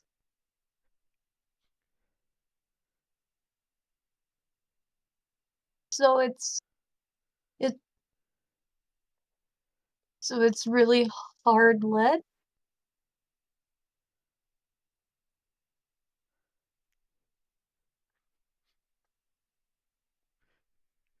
So lead is very similar in its properties. It's still got the silvery gray It's cubic. It's in fact actually face-centered cubic, so both of them are cubic. But lead is only a 1.5 on the Mohs scale. So it's really, really soft. Basically here, considering I keep confusing it with the Greek word for lead, and that generally matches up. It's lead, but it's not lead. It's lead, This but is it's a lead molybdenum crystal. It's It's all lead that- orange and everything. It's What? lead that you couldn't use for a writing utensil.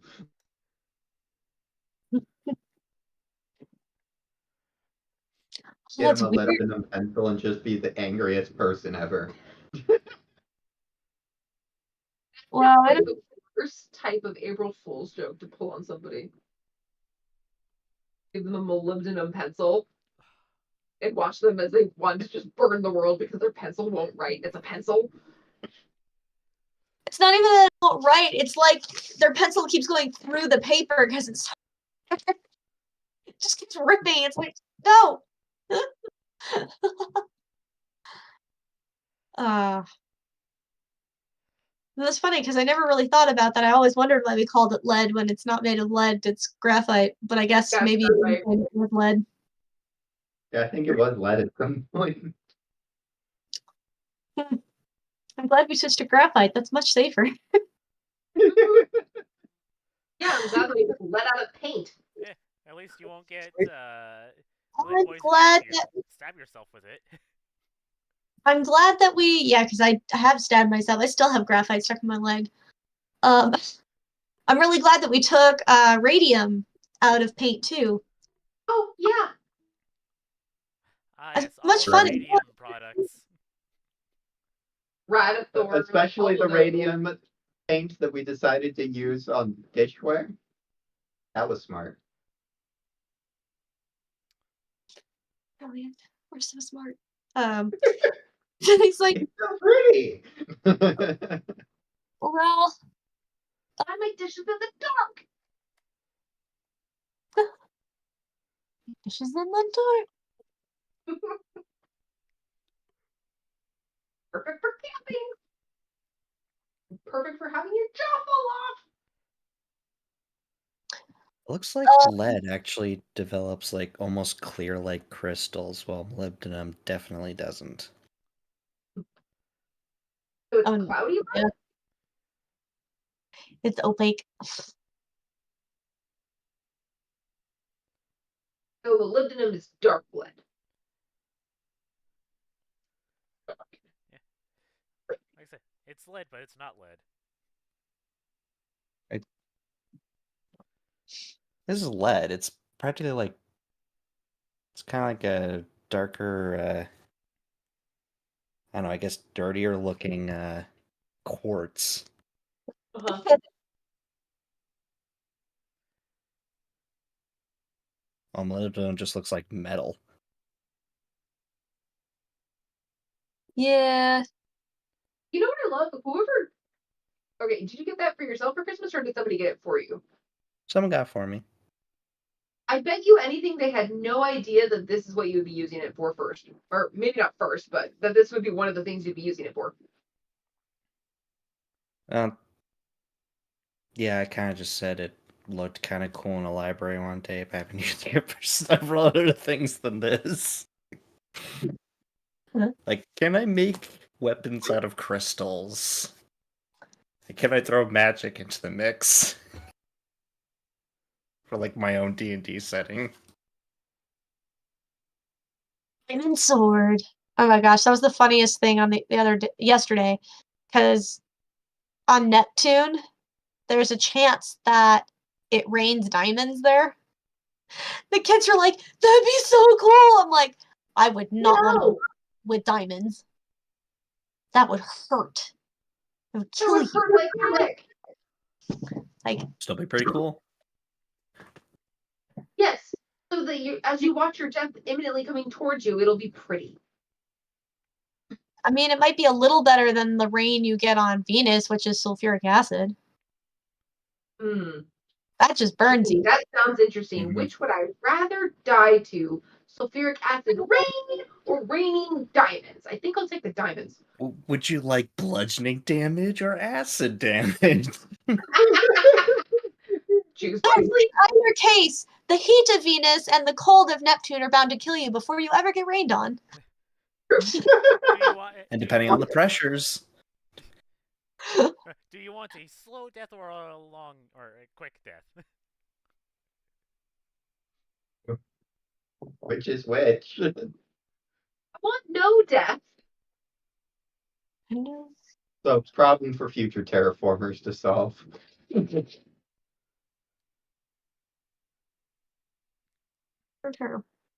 We figured out how to live here, but now the sulfuric acid is making it really hard to keep doing that. No, we'll just have It rains from atmospheric the columns. sky. It'll be fine. You couldn't be able to breathe anyways. You'd be cooked alive and you'd be suffocating, and it would probably, I think it has a higher pressure than Earth, so it would actually force itself into your lungs, so you probably won't be able to like de-extend your diaphragm, so yeah. All the ways to die in space. Space is like a work site. It wants to kill you, and it will kill you.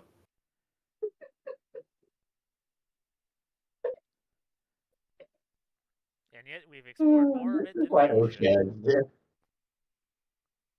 Okay. So he's giving you this weird look and he goes, I know an ironsmith. Her name is Nemrata.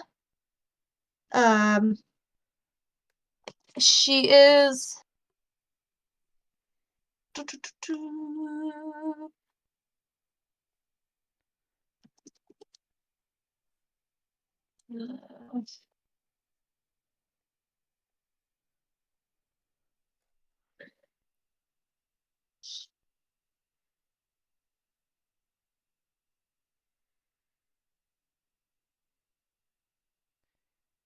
she is a Naga.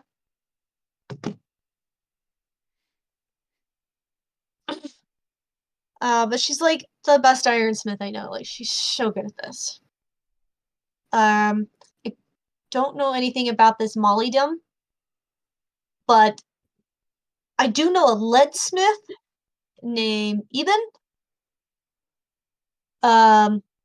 He is a brownie. And he's a really good leadsmith. Maybe he knows somebody who does this Mollydom thing. Good a guess as any. The end goal here is steel that might work with magic, so I don't know if that helps at all, but that's where we're going with this. Deal that works with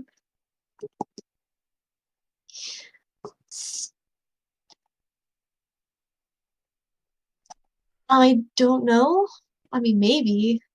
I don't know that much about steel other than it exists. I've never seen it myself. So, I don't find anybody to help fill the gaps. Hopefully what I learned in Atlantis will be enough.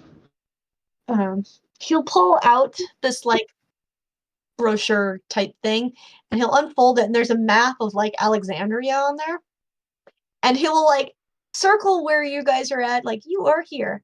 And then he'll draw you a path over to the metalsmithing district. Mm-hmm. Beautiful. Yeah. Thank you so much, Hans. You are welcome.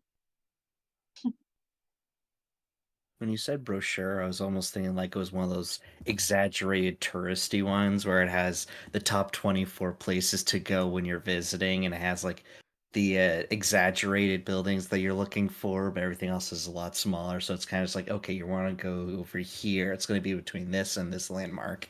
Absolutely. Probably is. Absolutely. Welcome to Alexandria. He even made sure that he gave you a Greek one so that you can read it. Excellent. Have fun. This is making me wonder if the Fae have a written language. Pretty sure we've established that it doesn't. It's like the Picts. It's all spoken. Or like some of the Native American tribes that only speak, they don't have a written. So it's not Cherokee. No. No. All right. We Well, write Fae using whatever alphabet we learned for our human studies.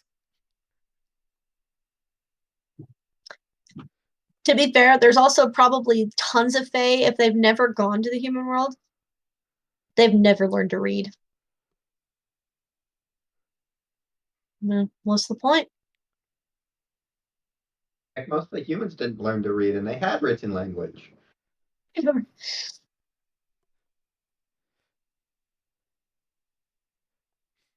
All Okay. right. Off we go. Leadsmith first, since we're kind of gonna. Iron's kind of the principal piece of steel, so we'll Mhm. collect everything else, and then we'll go for the ironsmith. Okay. It'll take you 30 to 45 minutes to navigate your way over to the metalsmithing district, just because the city's huge. There's a lot of people out and If I about. find any quartz along the way, I should probably access my bank account. I have some with me, but it's pretty. We can find a less pretty specimen that's good. Ooh. What's your passive perception again? 18. 18. Oh gosh, yeah. You'll notice. So here's the next question. Give me another high or low. Low.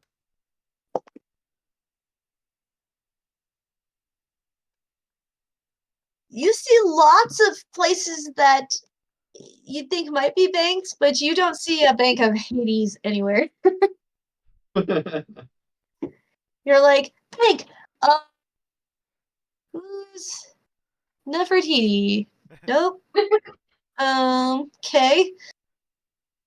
But we can access Hades by burying quartz in the ground. I remember that. So I bury around By burying what in the ground? any gemstone. Any gemstone. Mm-hmm. I just happened to buy quartz because I knew I would have a supply. Quartz Also, Burrito basically invented an ATM. Look, Hades is very busy. He's doing a lot more than he ever wanted to, so he's got to make it simple for himself. yeah, so we have the Bank of Hades. We have the what was the Bank of Nut? Bank of Nefertiti. Oh, Nefertiti. There we go. Bank of Osiris. Bank of Anubis. Oh, there's even a what is it? SA Bank. Yeah, right. US Bank. Except it's Santaru.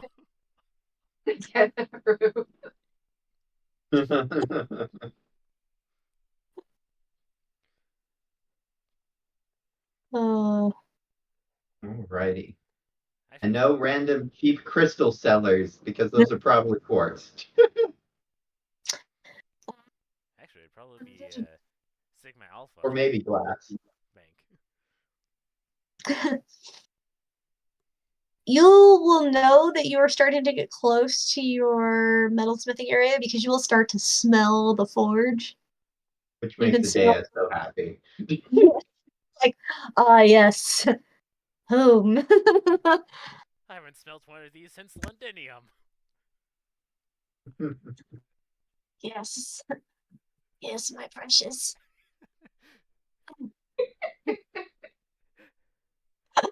Really, Adea is no gold. Country roads, take me home to the forge that I belong. Amazonia.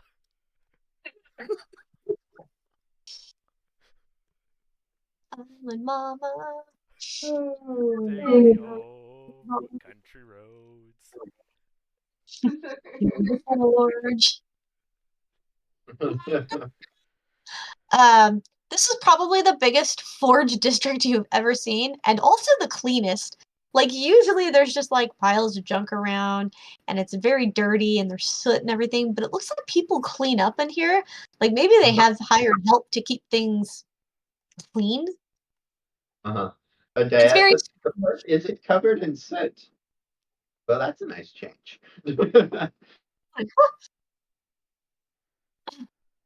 I and mean, it it's kind does of a bad water, but I mean, I'll take not walking around in it. it doesn't take you long once you get to that district to find Eben's shop. Um, Adea quickly tries to remember how to treat with the brownies, considering she basically ignored them when they were in the Celtic lands. how long For is she fun. gonna stand out there trying to think about how to? This is like maybe 15 or 20 seconds. It's the like, I'm about to open the door and she goes, is there a polite thing I'm supposed to do here? And she gives it that like 5 second. Can I remember before she decides to just, oh well. I can't remember. We'll just find out. Um, so just like any forge, there isn't really like doors or anything. They're mostly open so that they don't like inhale a bunch of fumes that are toxic and all that stuff. Right. Everything's open. There's a big hole in the ceiling to allow smoke and things out so that they're not, just holding into that smoke. You see 3 or 4 brownies in here working on various things. One is helping another customer. But the other 3 are pounding away at the stuff that they're making. One just pulled out some molten metal and is pouring it into a mold.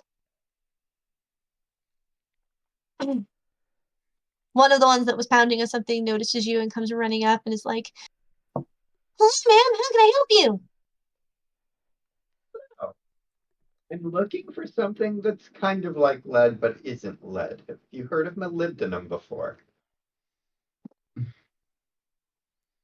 Question, Nephi. You keep falling over. Hold on. What? Nephi. He keeps falling over. Oh,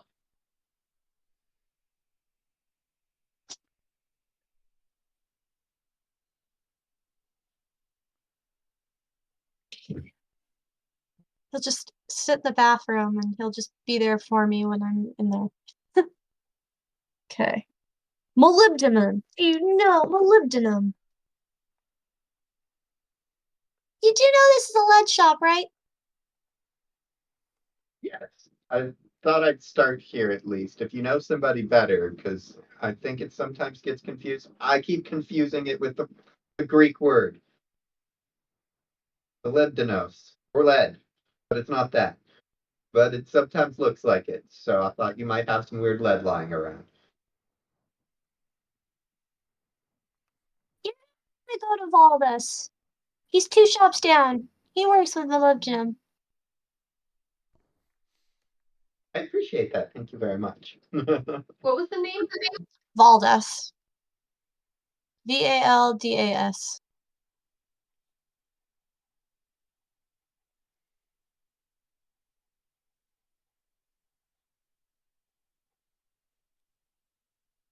Baldus. And 2 shops down. That's not too bad. Can't get too lost with only 2 shops to go, right? Well, Down in which direction? Hopefully there's only 2 directions to pick from. That way, if I go the wrong direction, I only have to walk 4 shops the other way.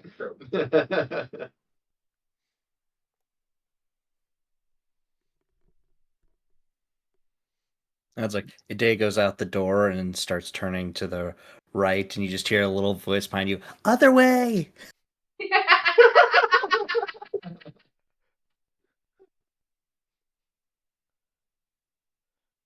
Oh, that idea. In my head, that's canon now. You just see her like heading out the door, starts turning.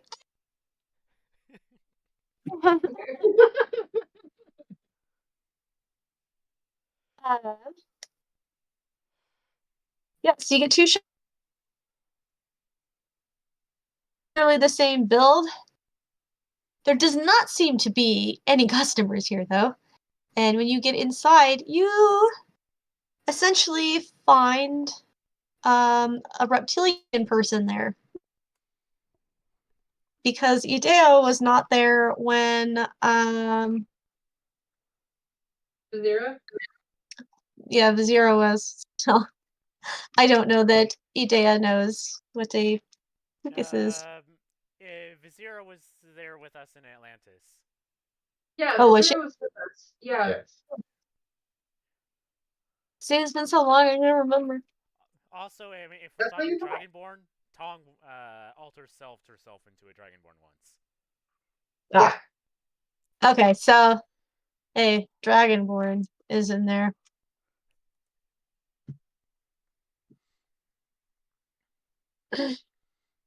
Excellent. Dale walks in. Yes, Baldus. It looks up. He's red in color, and he's got these like piercing gold eyes, and he looks kind of grumpy, but you're not sure if that's just because of the shape of his face or because he's actually grumpy. Piercing gold eyes reminded Dayla that she used to have a trick to change her eyes, and she's like, and then she like right before she thinks about changing her eyes, remembers that she can't do it, but she loves the eyes. Oh. Can I help you? So I'm looking for molybdenum. I'm going to be attempting to make a steel sword that hopefully works with magic.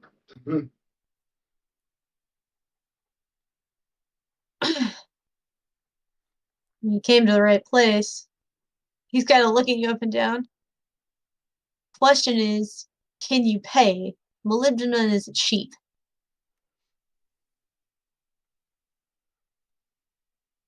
We're talking like upwards of 100 silver pieces.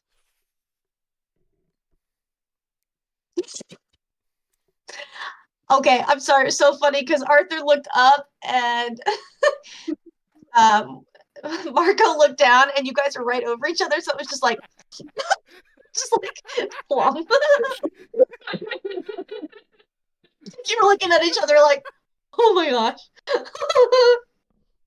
Medea, knowing her bad habit for spending large amounts of money, but also knowing that she made large sums of money, so for once in her life might actually be able to afford it, but isn't carrying it all on her person. Maybe I need one moment. Medea will pull out one of her jewels and kind of like step outside to bury it for the Hades, bank of Hades. Very. She's like into the dirt. There's gotta be enough sand. It'll be fine. Welcome to the Bank of Hades. Are you making a deposit or a withdrawal? Withdrawal today. What is your number? Your account number. I'm glad I wrote this down because it's important. I put it in my character's thing too. Yes. 121-01-837. One moment, please.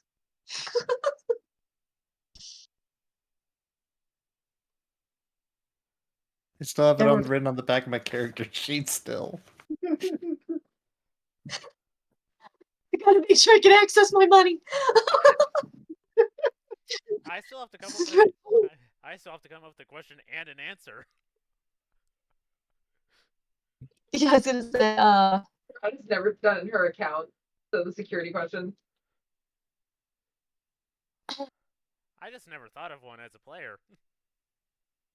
She has one. We just haven't come up with it out of game. It's never been necessary. You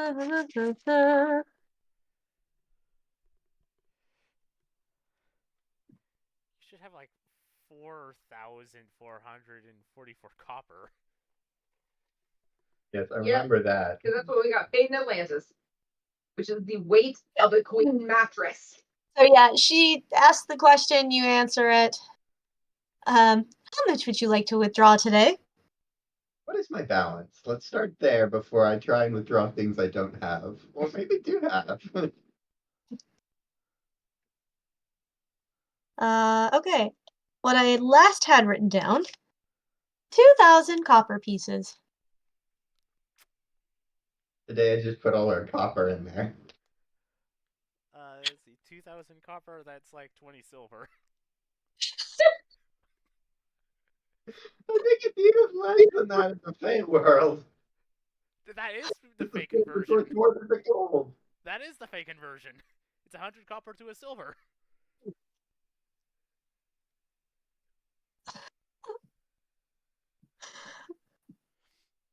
I do vaguely remember her being like, I don't want to carry all this copper and just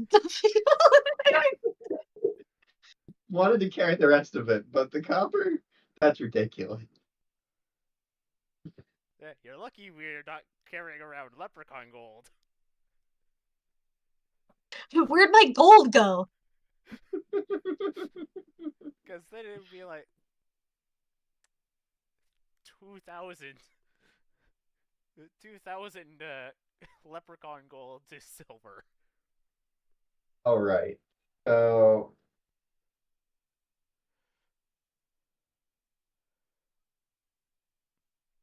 and he said it was 100 silver for Upwards of 100 silver pieces. Depends on how much you want. Because this is going to be one of those, like, by weight things. right. Yeah, that makes sense. Adea just needs enough for a good sword. With concentration alone, 100 grams should be more than enough for like the next 100 swords, frankly.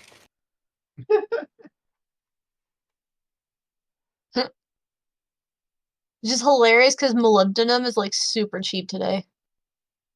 Like it's just a little under $dollars per pound. But we also Adea's carrying a know huge chunk of what it is that manganese around, but not molybdenum. You also have the toad axe, remember?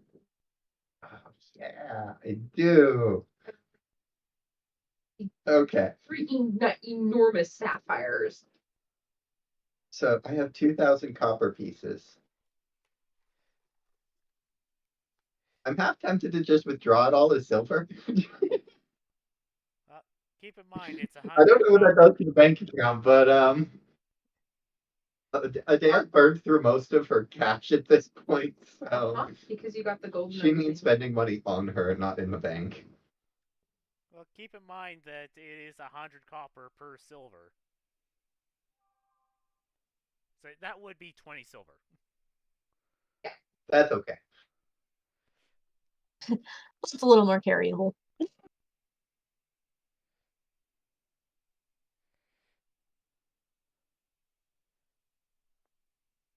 I will say, as Udea has been contemplating this, she's probably asked 2 more times, how much would you like to withdraw today? Can I withdraw that copper as silver? Yes. How much would you like to withdraw today? 2,000 copper as silver.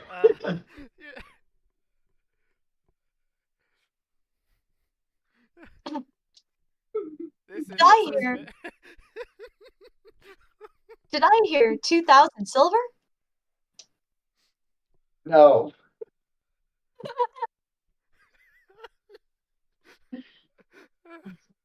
20 silver. Wait, is this possible, but with exorbitant overdraft fees? And then she's getting hunted by a collector for the rest of the campaign. Wait. Hunted by debt collectors? Turns out it's Tiberius. Hades probably has really good collectors. Why do I get a You feeling just- Cerberus? like, are you Idea Hawkins? Yes. Hi, I'm here about your debt. But what? You owe the bank. Damn, what did you do?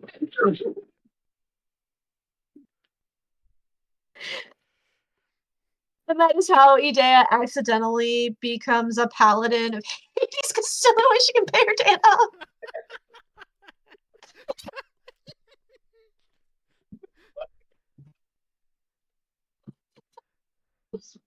She should also have those wild magic crystals in her account too, She right? does have some wild magic crystals still in there as well. Yep. So I guess she's not draining her entire account. She's leaving like 9 wild magic crystals in there.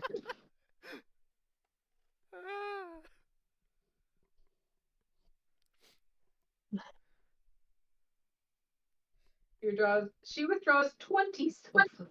Yes, 20 silver. Did you say 20 silver pieces? Yes. One moment, please. And you will start hearing this, like tinkling sound of coins. Filling up the hole that you just covered, essentially. Beautiful. So Now I'm going to cross that out, and all you have are those. yep. Just 9 wild magic crystals. Alrighty. Writing too. Today I we'll thought walk back into the stuff. Okay. Um, okay. So I'm ready to negotiate. How much do I need for let's start with one steel sword and we'll go up if I can afford more than one. Because it's good to have room for mistakes. There's probably like a minimum weight you'll go to. Like, yeah, you can get 10 grams for 25 silver. And then you go up from there. A dad deal.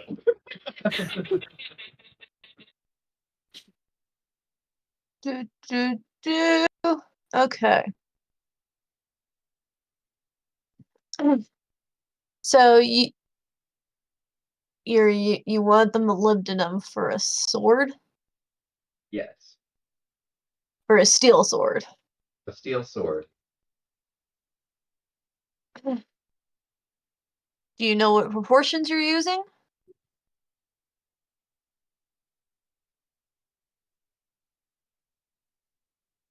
What did I learn from the Atlanteans?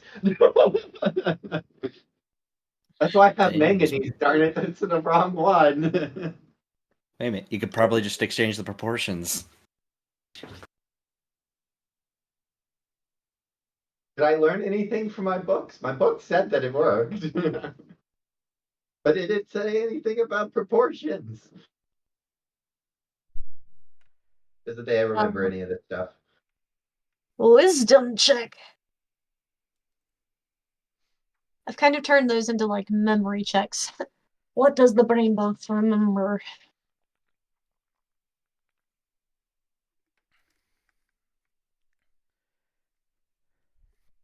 Did I add my knowledge magic items in here?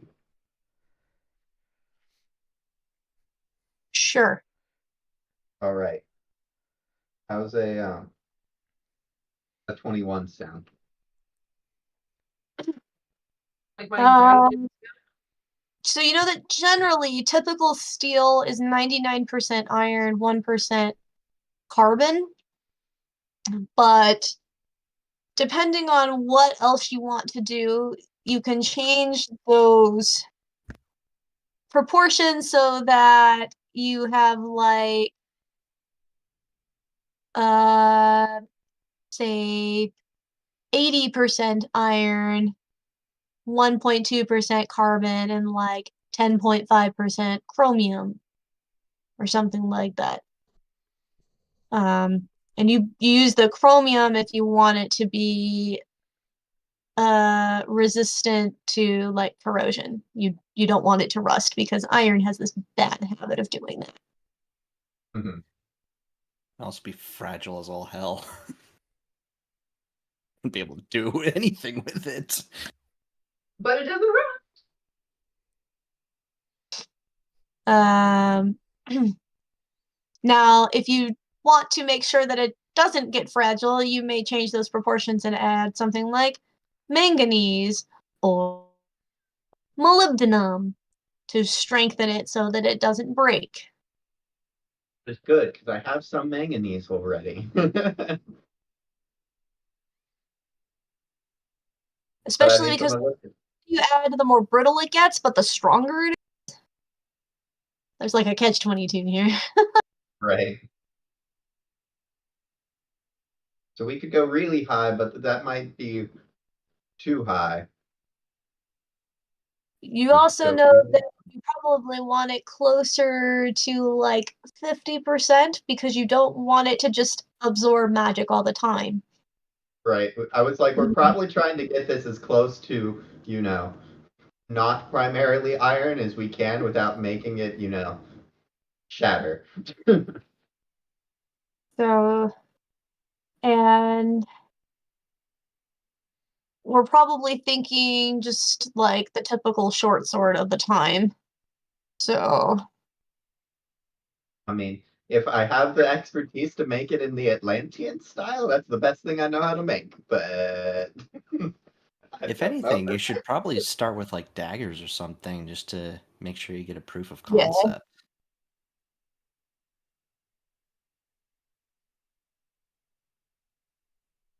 Technically, you'd be very, very familiar with Greek weaponry, which is typically about 18 to 24 inches long. Mhm. I just also Um, really wanted to make a gladius. You could make a gladius. mhm. Uh, Which is interesting because Gladius would be out of date by this point. Yeah, Dea has a surprising amount of history knowledge. and that one would be about 24 to 27 inches long. The blade specifically is what I'm talking. I'm giving you these so you know just how much of a metal. Right. That would be a Um, gladius. and they're about 2 inches wide. Yeah, so the Right. gladius is 24 to 27 inches long, about 2 inches wide.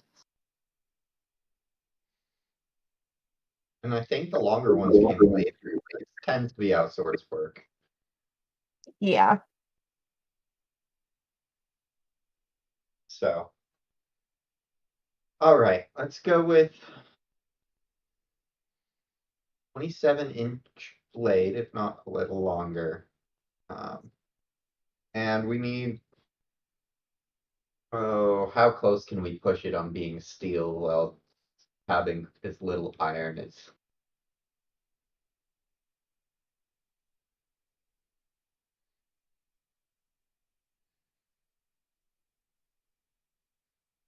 Let's say 15%.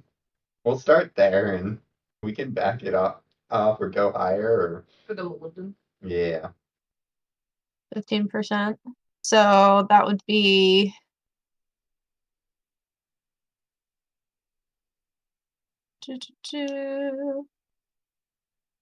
okay, you're the math person. I'm going to need you to do that math. How much? What math are we doing? So if you want molybdenum to be 15% of that blade, I need to know how much molybdenum that actually is. Ah. This is not working. Our gladius is made of. What is the average weight of a gladius? And then Well, it's not even Right. about that. We're going with the size of our blade because we're making it out of iron, molybdenum, and carbon. He wants to use 15% molybdenum. So it's basically two triangles, right? It's 27 inches by on long Oh, So it's not two triangles, it's two triangular pyramids matched yeah, together. Yeah. sure. So I we don't know. want 1 o'clock here. My brain doesn't work on math in the middle of the day, let alone close to my bedtime. okay, I can do some math on this. Yeah, Give me 1 second. I can see it's being two triangular pyramids put together. What is the width of the blade? That's 2 inches. 2 inches wide. oh, it's 2 inches wide. Yeah. That makes way more sense than it being, 2 inches from one side to the other. It's probably not very much on that side. Um,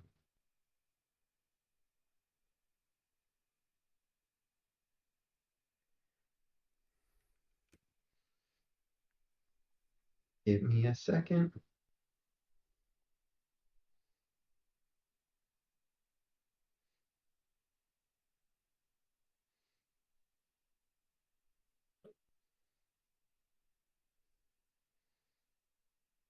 That's funny. The Roman gladius actually shrunk as time went by. Hmm. Weird. Well, their military also decreased in quality over time. That is true. 6 millimeters. Okay. Everything else is in inches, though. 6 millimeters is 0.6 centimeters. That's like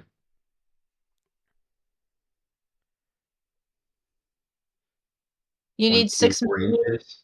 inches. Okay. I got this.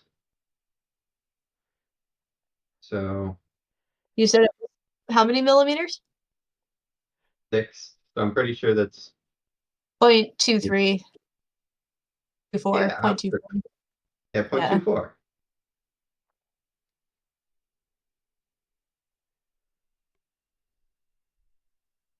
Suppose I could have given you the centimeters because I do have the centimeters.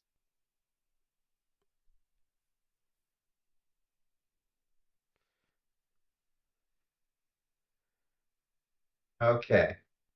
Um, 13 cubic inches. 13 cubic inches.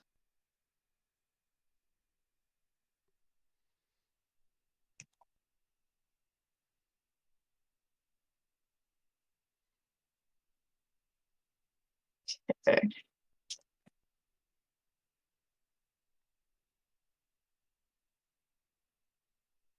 Do do do do do.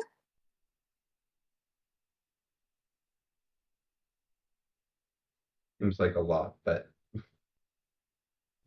Okay. So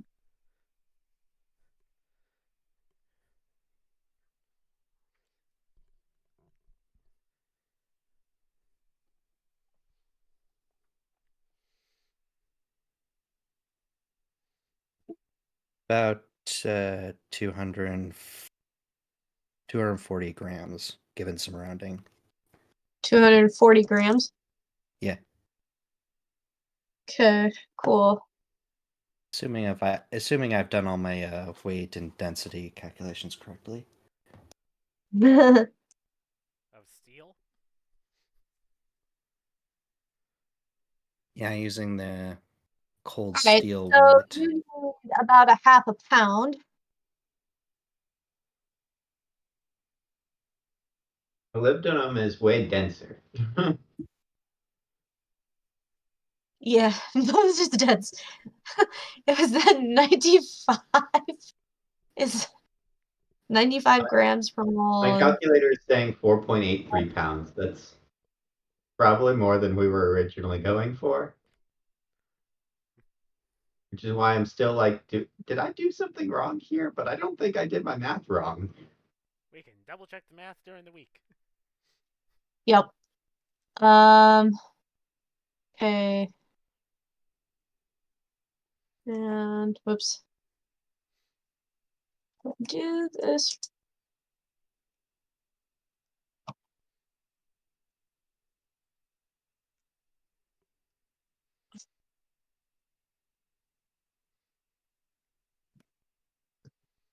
Okay. So.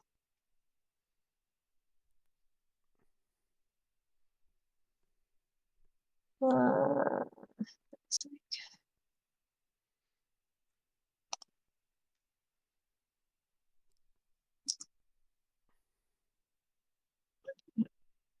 14.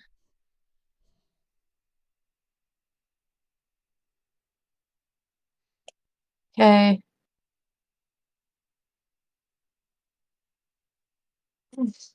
We're probably looking at like, okay, so you need a half a pound of molybdenum. We're looking at 20 silver pieces. Perfect. I have 20 silver pieces. And a day is now broke. It's just what I withdrew, so I still have 6 silver pieces and 40 gold pieces. The day is wearing most of her gold pieces around her neck now. Yeah, because of the stuff that you got for the jewelry for the wedding in Londinium. Yep. We knew that, but like that took up most of Medea's funds. And like, okay, I think that thing took like 80 gold pieces to make. remember Idea's funds better than you do? Weird. Just how it goes. I look at Adea's funds way, way less than I look at my real life funds. Good point. So Idea. And I manage Adea's funds much like my own funds, which is, as long as it's not going down, it's probably okay, and I'm not looking at it. Except for I get bored at work, and sometimes I'll look at my bank account at work. So what I'm hearing is that we need to set up a hiring contract with Aurelius and Uther. Become real mercenaries. There you go. 3 days. We're still supposed to go back and get paid, I'm pretty sure. Yep. He will insist on seeing your money first. You have a feeling that he's probably been duped before, and he's not. Adele will happily hand over the 20 silver coins that are probably a little dirty because she just pulled them out of the ground. He just kind of like looks around and like shakes the dirt up, but tags them up, and then he goes, grabs himself a cloth, and he goes over to this big chunk of this really shiny silvery metal that does look like a really shiny lead. He takes this hammer and he just whacks it and breaks a piece off. And then he goes to a scale and weighs it. Then he whacks a little more off, weighs it. Then he wraps it up in the cloth and sticks it in a bag and hands it to you. Excellent. Good luck with your sword. Thank you. That guy has no faith in me, but Adea walks out giddy and happy like a child with candy from the candy store. Now watch She me just the iron me metal more is than 6 candy. silver. Off to the ironsmith. Woo.